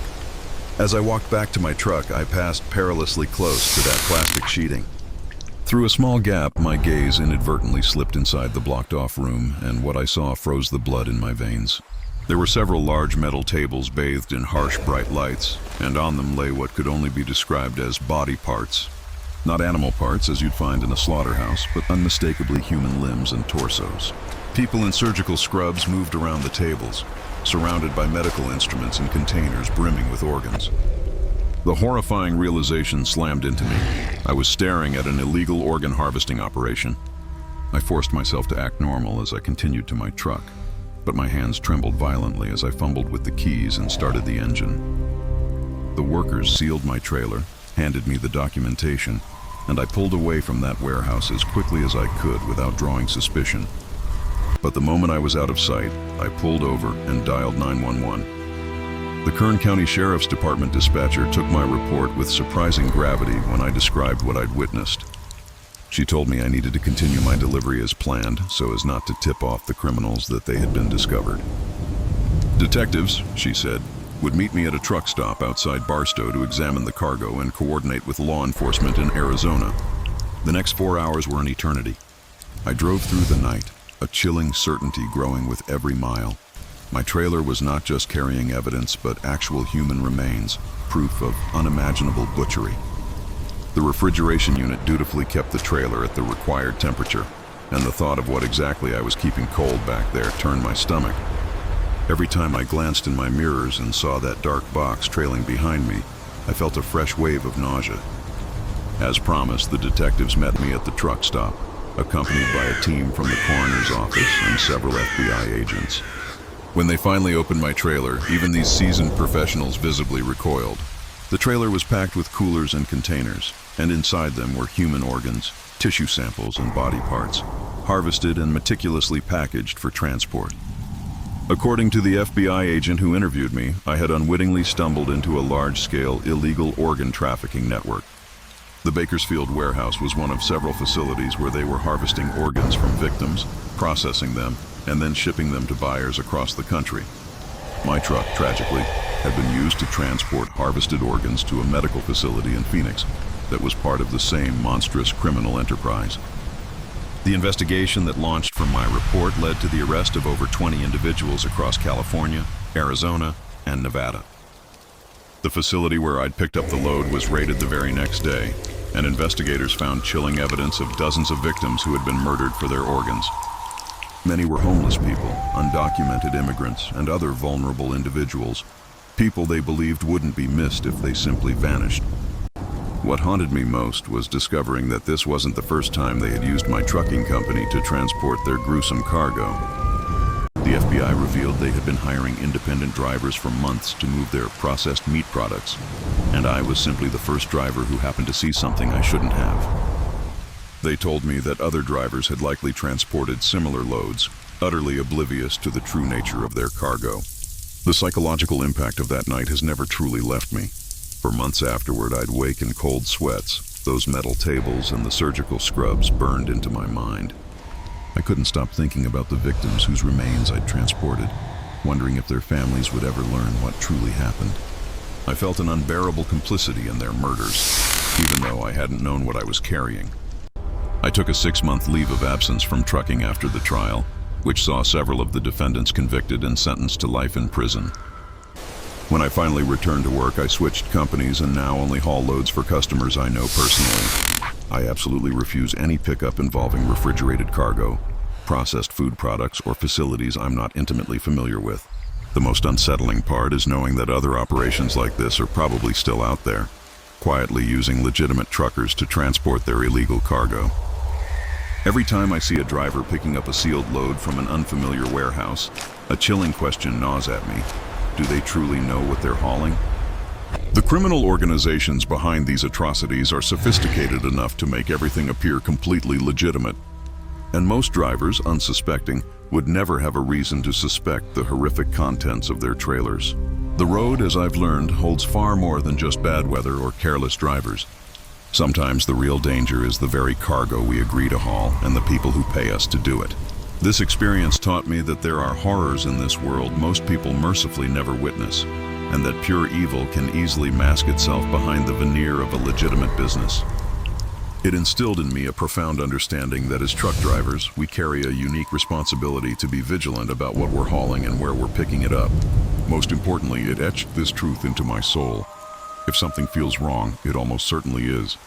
And it is always, always better to walk away from a job than to become an unwitting participant in something that will haunt you for the rest of your life.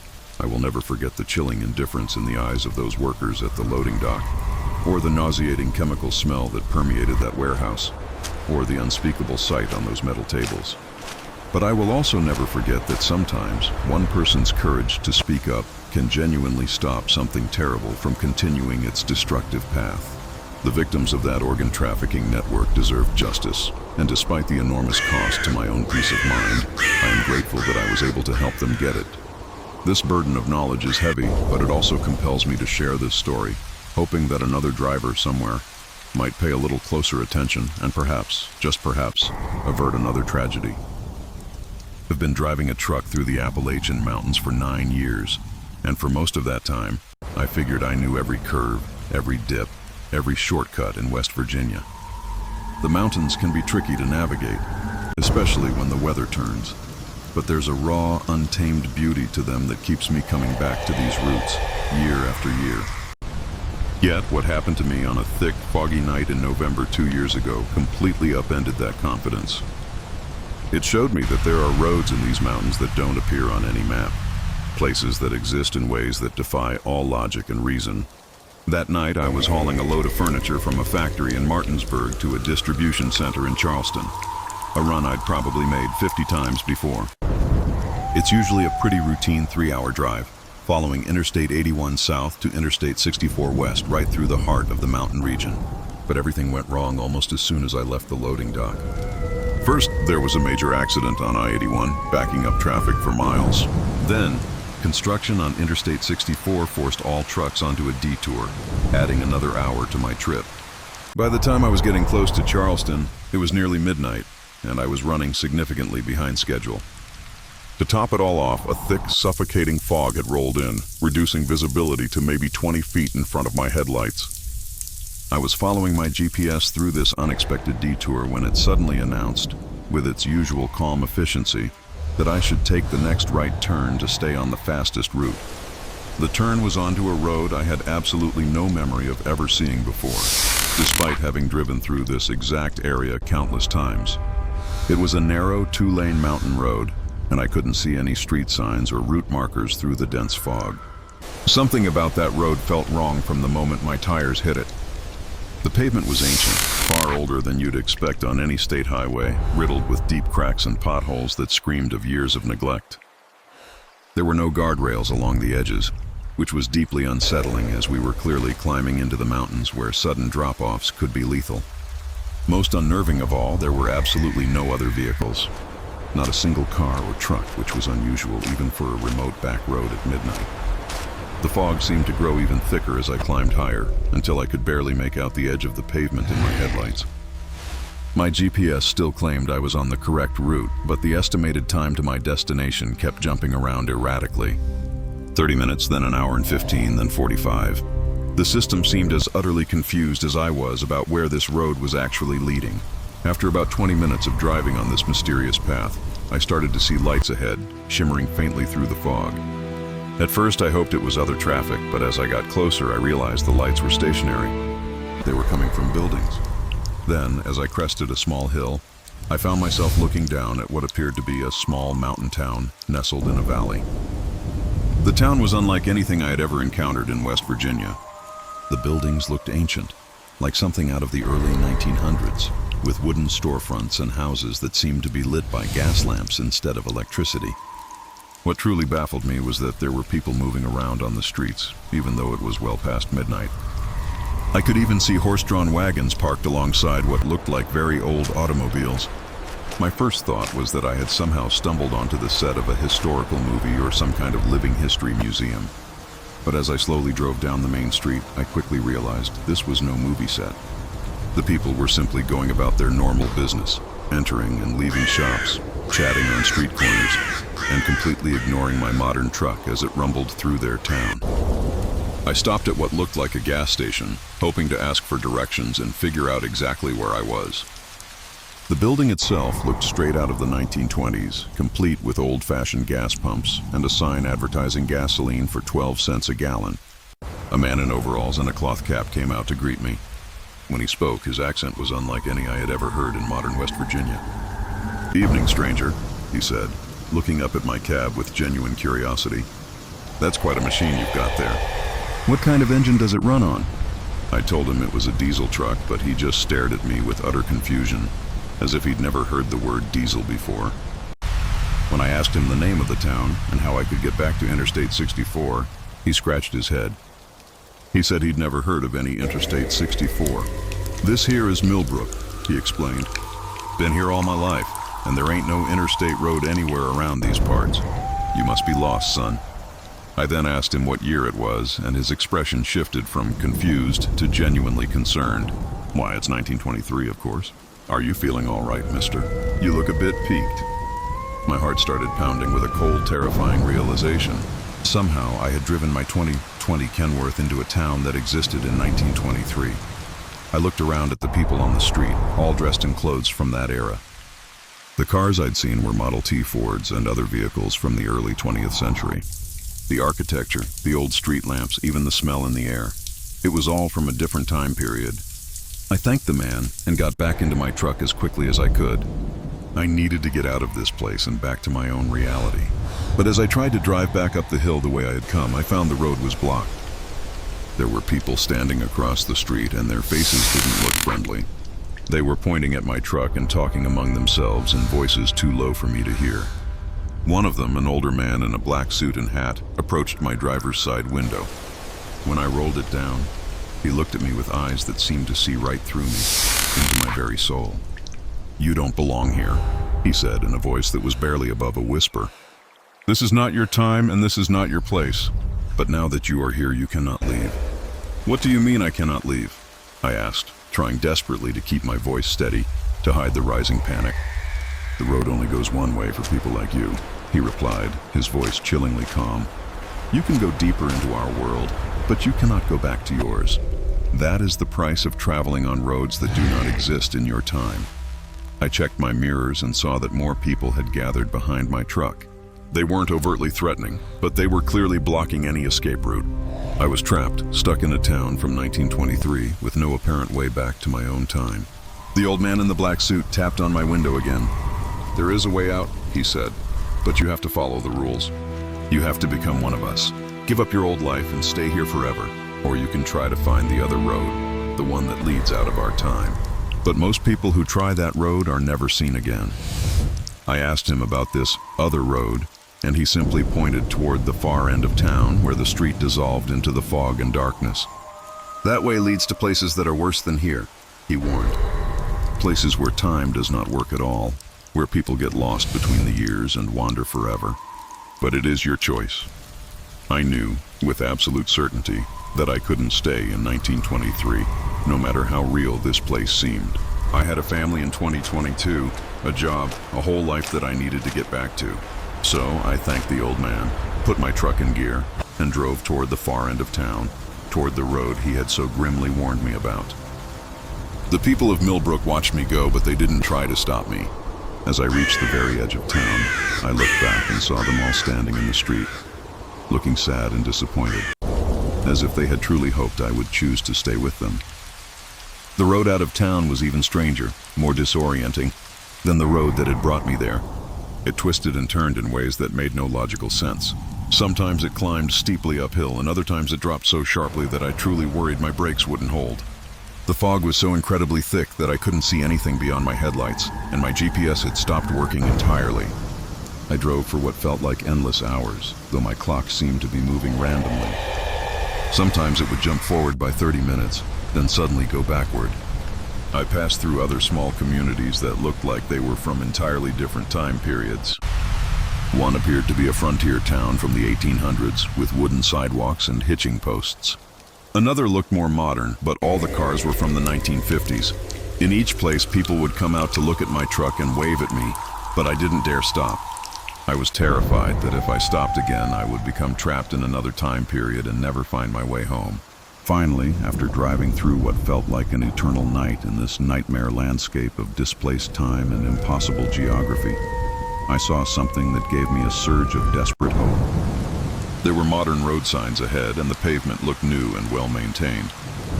As I came around a gentle curve, I saw the familiar green signs of Interstate 64, and I knew, with a wave of profound, soul-shaking relief, that I was back in the real world. I pulled over at the first truck stop I found and immediately called my dispatcher to let him know I was all right. I had been missing for over 12 hours, and the GPS tracking system on my truck had shown me as being in an area where there were absolutely no roads. Search and rescue teams had actually been looking for me, thinking I had driven off a cliff or gotten hopelessly stuck in some remote area. I tried to explain what had happened, but naturally, nobody believed me. They chalked it up to the stress of driving in heavy fog, suggesting I had hallucinated or suffered some kind of mental breakdown. The company sent me to a doctor who found nothing physically wrong with me, but recommended that I take some time off to recover from whatever I had experienced. I never found any record of a town called Millbrook in West Virginia, nor any plausible explanation for how I had been missing for 12 hours while driving on roads that supposedly didn't exist. The specific GPS route that had led me to that first mountain road was no longer in the system, and when I tried to retrace my path a few weeks later, I couldn't find the turnoff that had started the whole nightmare. But I know what I experienced was real. I know there are roads in these mountains that connect to places and times that shouldn't exist. I know there are communities of people living in the past, trapped in their own time periods, hoping that travelers like me will choose to stay with them. Since that terrifying night, I've been much more careful about which routes I take through the mountains. I stick strictly to the main highways and absolutely avoid any detours or shortcuts my GPS might suggest.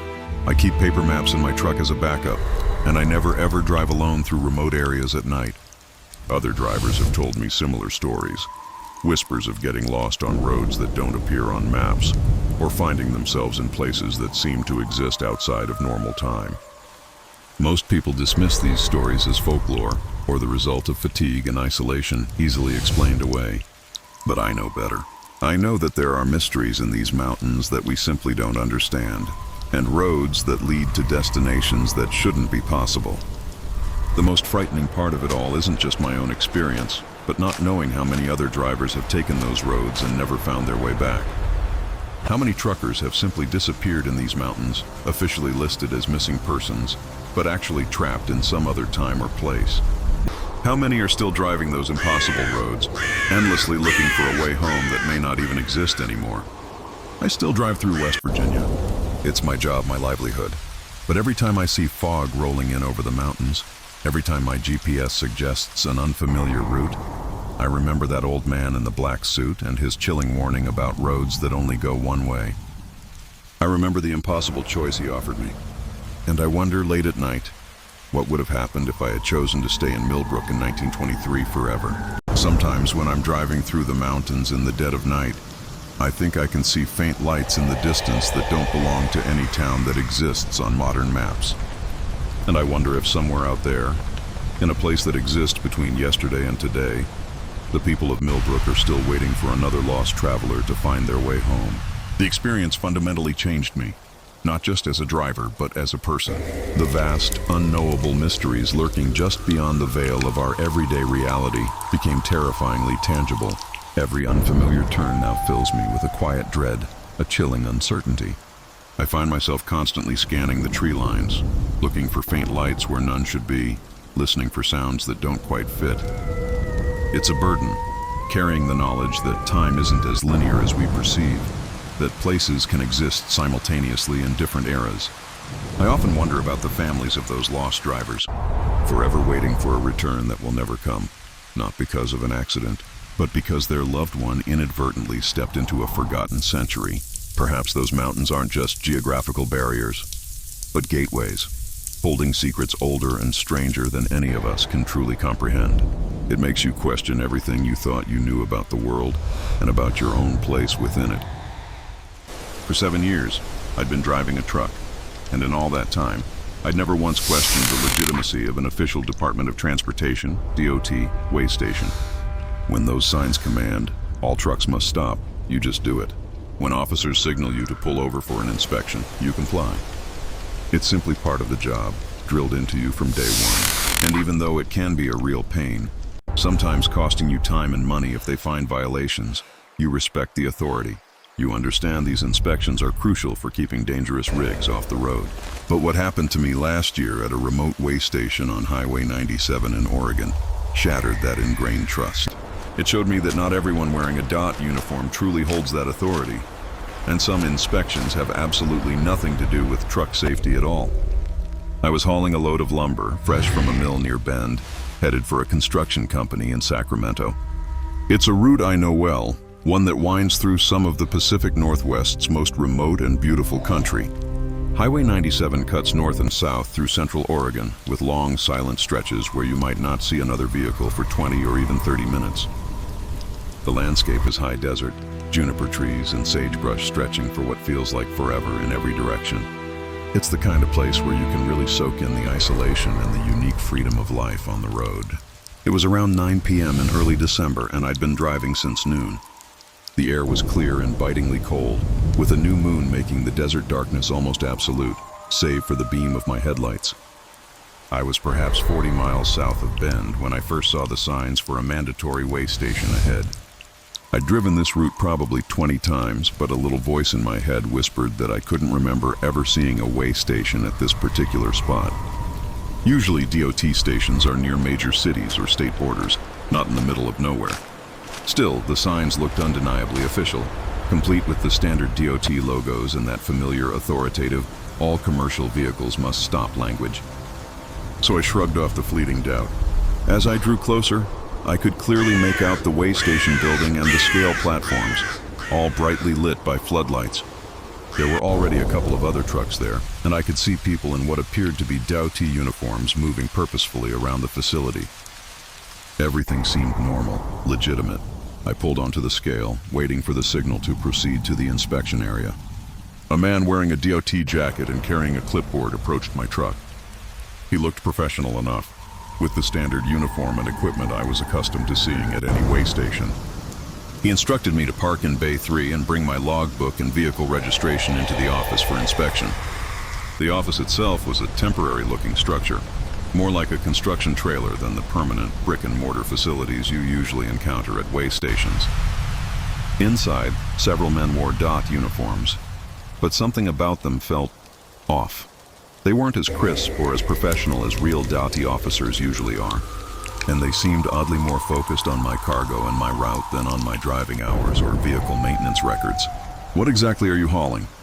one of them asked, even though my bill of lading was clearly visible and stated lumber products.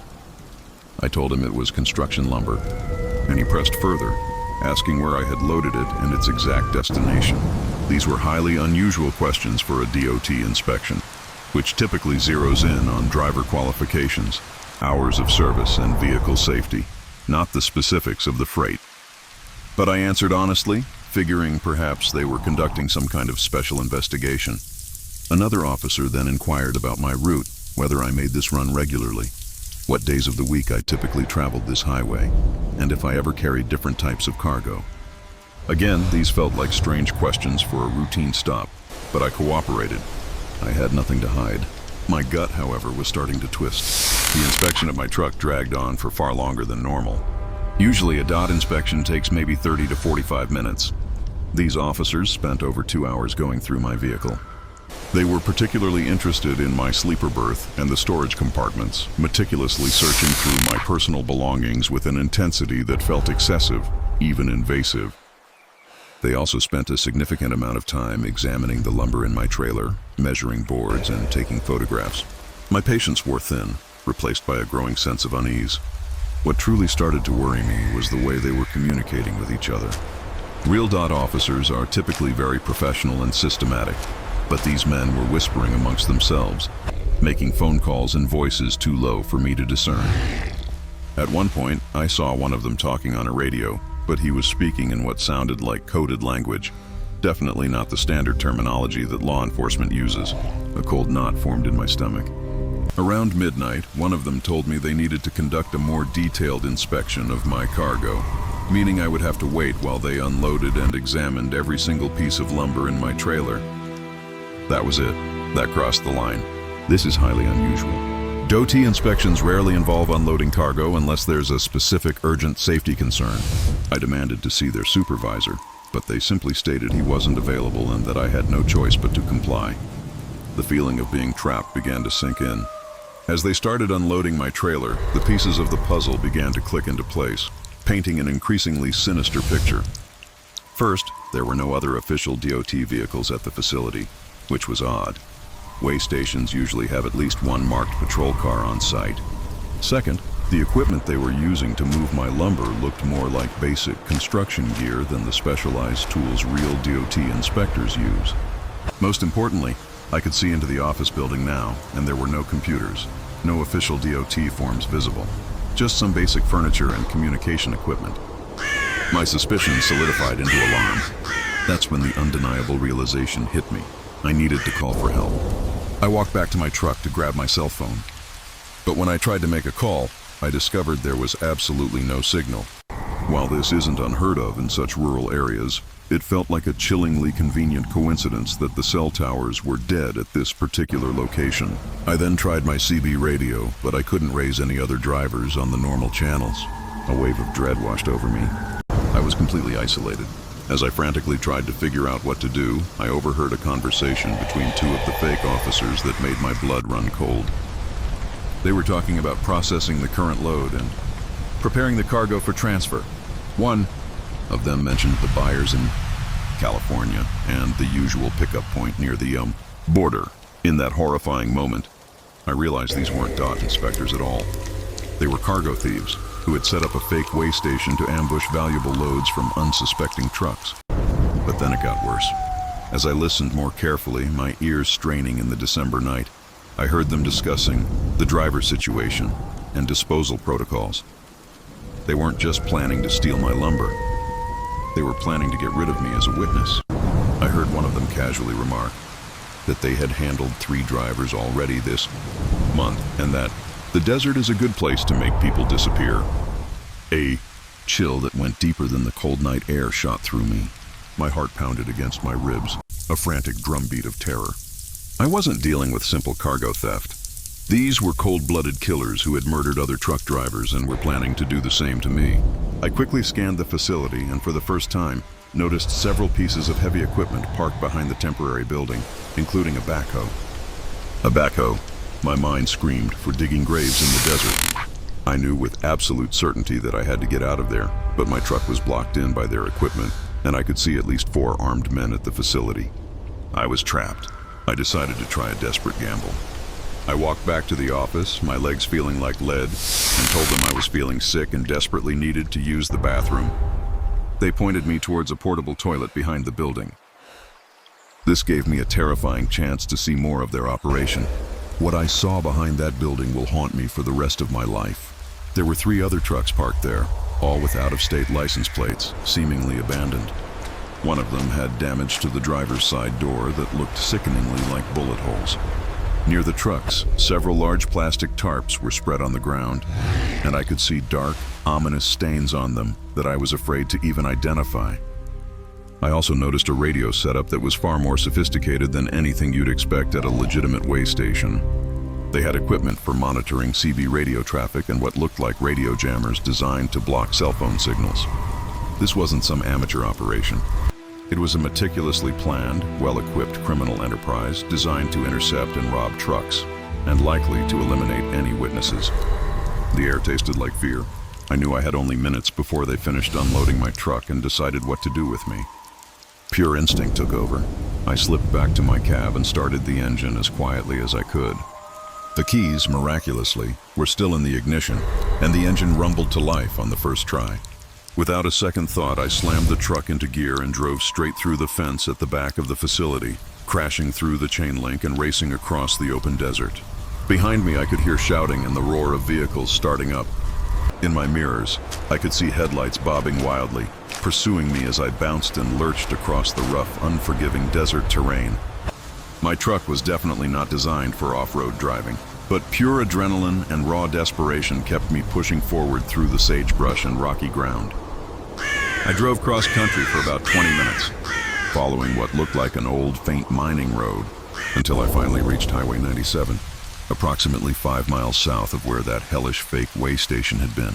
I flagged down the very first vehicle I saw, which by sheer luck happened to be an Oregon State Police patrol car. I told the trooper everything that had happened, my voice shaking.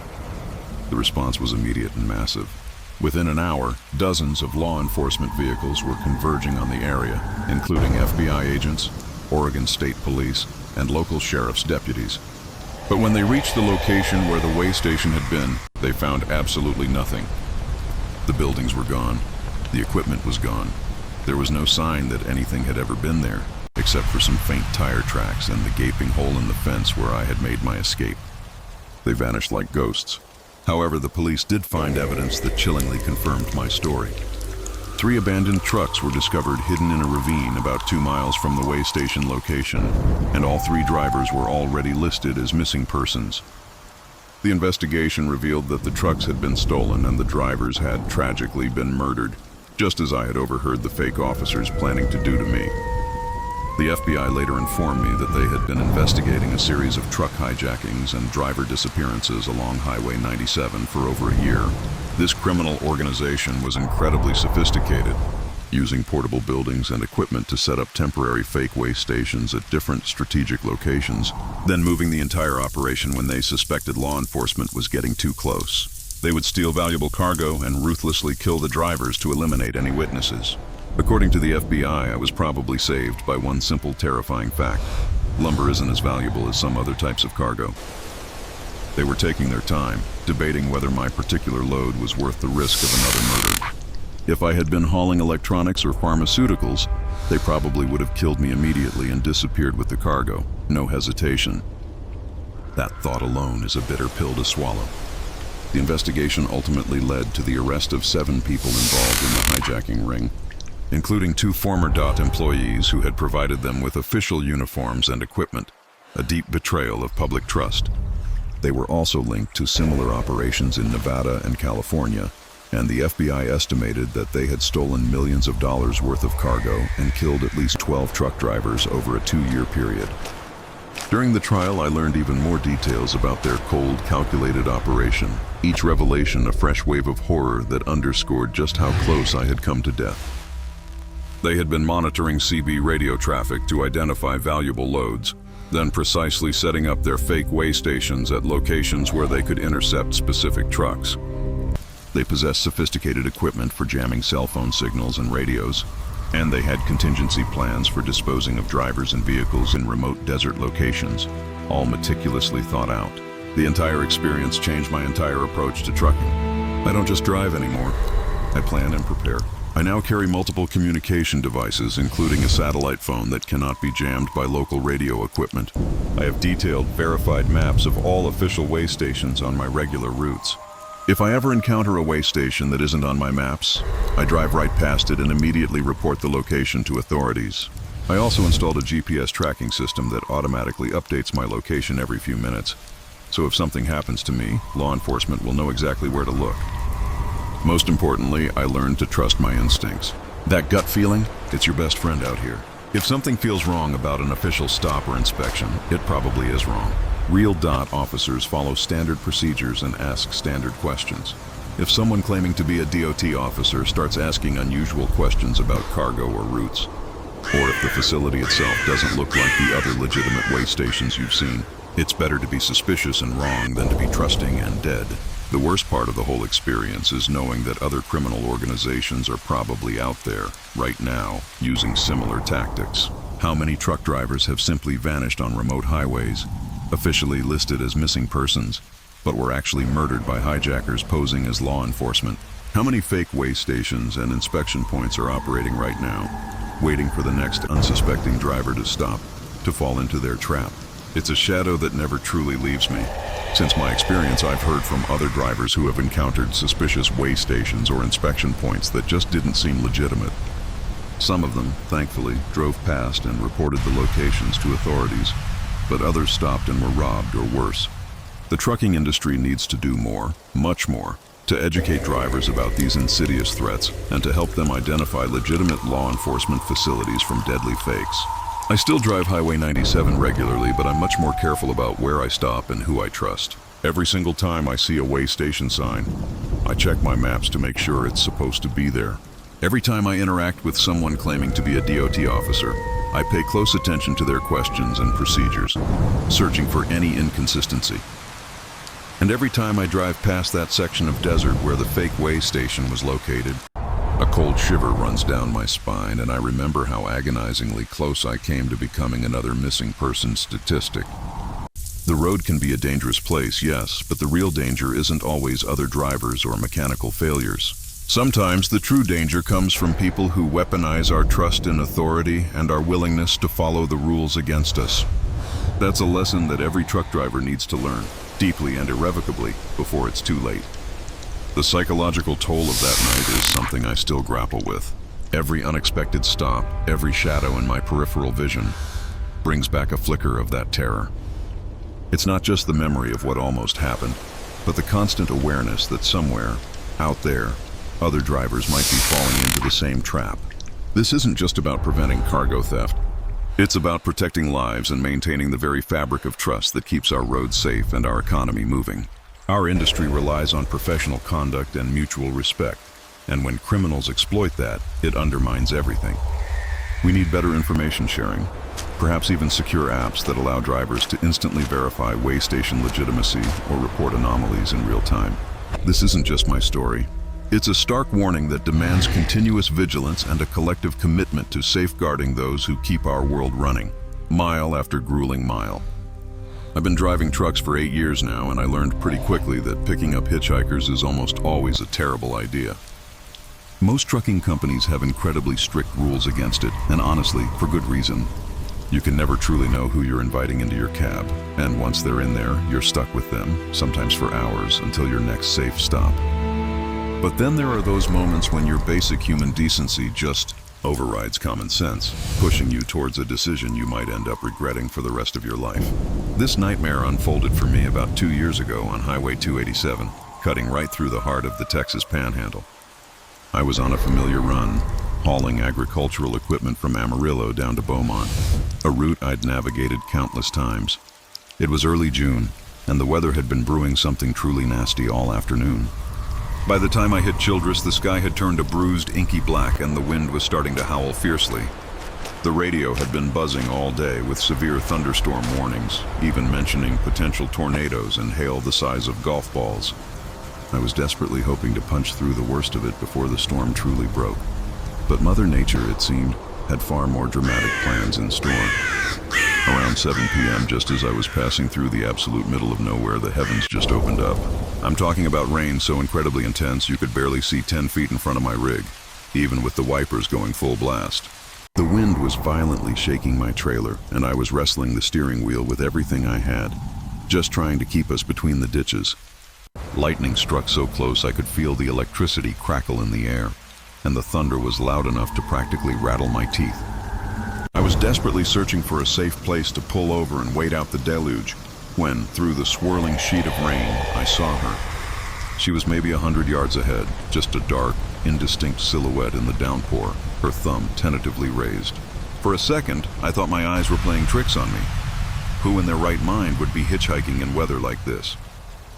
But as I edged closer, I saw it clearly. A woman, probably in her 30s, utterly soaked to the bone and visibly shivering. My first instinct, the one drilled into me by company policy and years of experience, screamed at me to keep driving. This storm was dangerous enough. I didn't need any added complications. But then my headlights cut through the gloom and landed on her face. She wasn't just wet and cold. She was absolutely terrified. She looked like someone who had been running from something far more menacing than the weather, and the sheer desperation in her eyes just tugged at my heart. I pulled over, the brakes hissing against the rain, and rolled down my passenger window. She stumbled towards the truck, shaking uncontrollably, and I honestly couldn't tell if it was from the brutal cold or sheer terror. "Please help me!" She screamed over the roar of the storm, her voice raw. My car broke down about 5 miles back, and I've been walking in this weather for over an hour. "I just need a ride to the next town."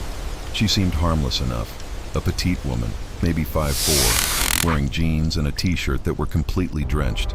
No obvious weapons, no bulky backpack or bag that could conceal anything suspicious. Just a scared woman, utterly at the mercy of a monstrous storm. "Get in," I found myself saying, completely against my better judgment. "But I can only take you as far as the next truck stop." She practically tumbled into the cab, dripping water everywhere, but so incredibly grateful she was almost crying. "Thank you so much," she gasped, her voice trembling. I honestly thought I was going to die out there. "My name is Linda." She introduced herself as Linda Kowalski. I told her my name was Maria, and reaching into my sleeper berth, handed her a clean towel. She dried her face and hair, but the shivers wouldn't stop. I cranked up the heat and with renewed caution, eased the rig back onto the road, driving slowly and carefully through the blinding storm. Initially, everything seemed normal. Linda was quiet, mostly just staring out at the relentless rain, occasionally mumbling a heartfelt thank you. She genuinely seemed appreciative, and I started to feel a small, warm glow of satisfaction. Glad I hadn't left her out there. The storm, however, showed no signs of letting up. But after we'd covered about 10 miles, a creeping sense of unease started to settle in. First, I noticed she kept looking at me instead of out the window. Not just an occasional glance, but long, intense stares, as if she were meticulously studying my face. Every time I'd catch her eye, she'd offer a smile. But it wasn't the kind of friendly smile that put you at ease. It was a cold, practiced grimace that sent a shiver down my spine, quite unrelated to the weather. Then she started asking personal questions that felt incredibly inappropriate for someone I'd just picked up. How long had I been driving? Was I married? Did I have children? Where did I live when I wasn't on the road? And then the kicker, how much money do you make? That last question especially slammed the alarm bells in my head. "Why do you want to know about my finances?" I asked, my voice sharper than I intended. Her expression changed instantly. The mask of fake gratitude simply vanished, replaced by something unnervingly cold and calculating. "Just making conversation," she said, but her voice now had a hard, metallic edge I hadn't heard before. I told her I preferred to concentrate on driving in the terrible weather. hoping she'd take the hint and drop it. But instead of backing off, her questions became even more aggressive. She wanted to know what I was hauling, exactly where I was delivering it, and what route I usually took. These weren't idle questions. They were the kind of detailed information only someone planning a robbery would ask. By this point, I was seriously worried, my heart beginning to pound a frantic rhythm against my ribs. We were still in the absolute middle of nowhere, with at least 20 miles to go before the next truck stop. The storm outside was still raging, a violent wall of wind and rain, which meant I couldn't just pull over and tell her to get out. But I also couldn't shake the chilling feeling that I had made a terrible, potentially fatal mistake. That's when she calmly reached into her pocket and pulled out a cell phone. She had told me her car broke down, and she'd been walking for over an hour in this torrential downpour. Yet the phone looked completely dry, no water damage, no condensation on the screen. If she'd truly been out there in that deluge for an hour, that phone should have been absolutely soaked. She made a call, speaking in a low, hushed tone so I couldn't catch everything, but I clearly heard a few terrifying words. Something about got one in 20 miles out and agricultural equipment. She was talking about me and my load, and the horrifying realization dawned on me, sickeningly, that this hadn't been a random breakdown at all. This was meticulously planned. When she hung up, she turned to me with that same cold, reptilian smile. Change of plans, Maria. I need you to take the next exit and head north toward Quanah. No, I said, trying desperately to keep my voice steady, to project an authority I certainly didn't feel. I told you I could only take you to the next truck stop on this highway. That's where you get out. Her smile vanished completely, replaced by an icy glare. I'm not asking you, Maria, I'm telling you. Take the next exit north, or this is going to get very unpleasant for both of us. That's when I saw the knife. She'd pulled it out of her other pocket, a wicked-looking folding knife with about a 4-inch blade. She held it low next to her leg, almost casually, but the message was stark and utterly terrifying. I was no longer giving a stranded hitchhiker a ride. I was being kidnapped. My mind raced, a whirlwind of panic and desperate strategies. I was trapped in my own truck, held hostage by an armed woman who clearly had accomplices waiting somewhere ahead. The relentless storm outside meant there was no traffic, no one to see if something terrible happened to me. Even if I could somehow reach my CB radio, who would I call? The nearest town was still miles away, and the storm was jamming communication. But then, a memory flashed into my mind, something my trainer had told me years ago. If you ever find yourself in a dangerous situation in your truck, Maria, use the size and weight of the vehicle to your advantage. A big rig is a powerful weapon if you know how to use it. The next exit was coming up in about 2 miles. I could just make out the green sign through the blurry rain, and I knew with chilling certainty that once I took that exit, I'd be completely at the mercy of Linda and whoever was waiting for her. I had to do something, and I had to do it before then. While we were still on the main highway, I started slowing down gradually, making it look like I was preparing to take the exit. Linda relaxed slightly, a subtle shift in her posture telling me she thought I was cooperating. But instead of turning onto the exit ramp, I suddenly swerved the steering wheel hard to the right and drove straight off the highway, directly into the grassy median. The truck bounced and lurched violently as we hit the uneven ground, throwing Linda hard against the passenger door. The knife, thank God, flew out of her hand and clattered somewhere on the cab floor. I slammed on the brakes, and the massive truck skidded to a jarring stop in the muddy grass, pitching us forward. Before Linda could even begin to recover, I had my door open and was leaping down from the cab. The freezing rain hit me like a solid wall,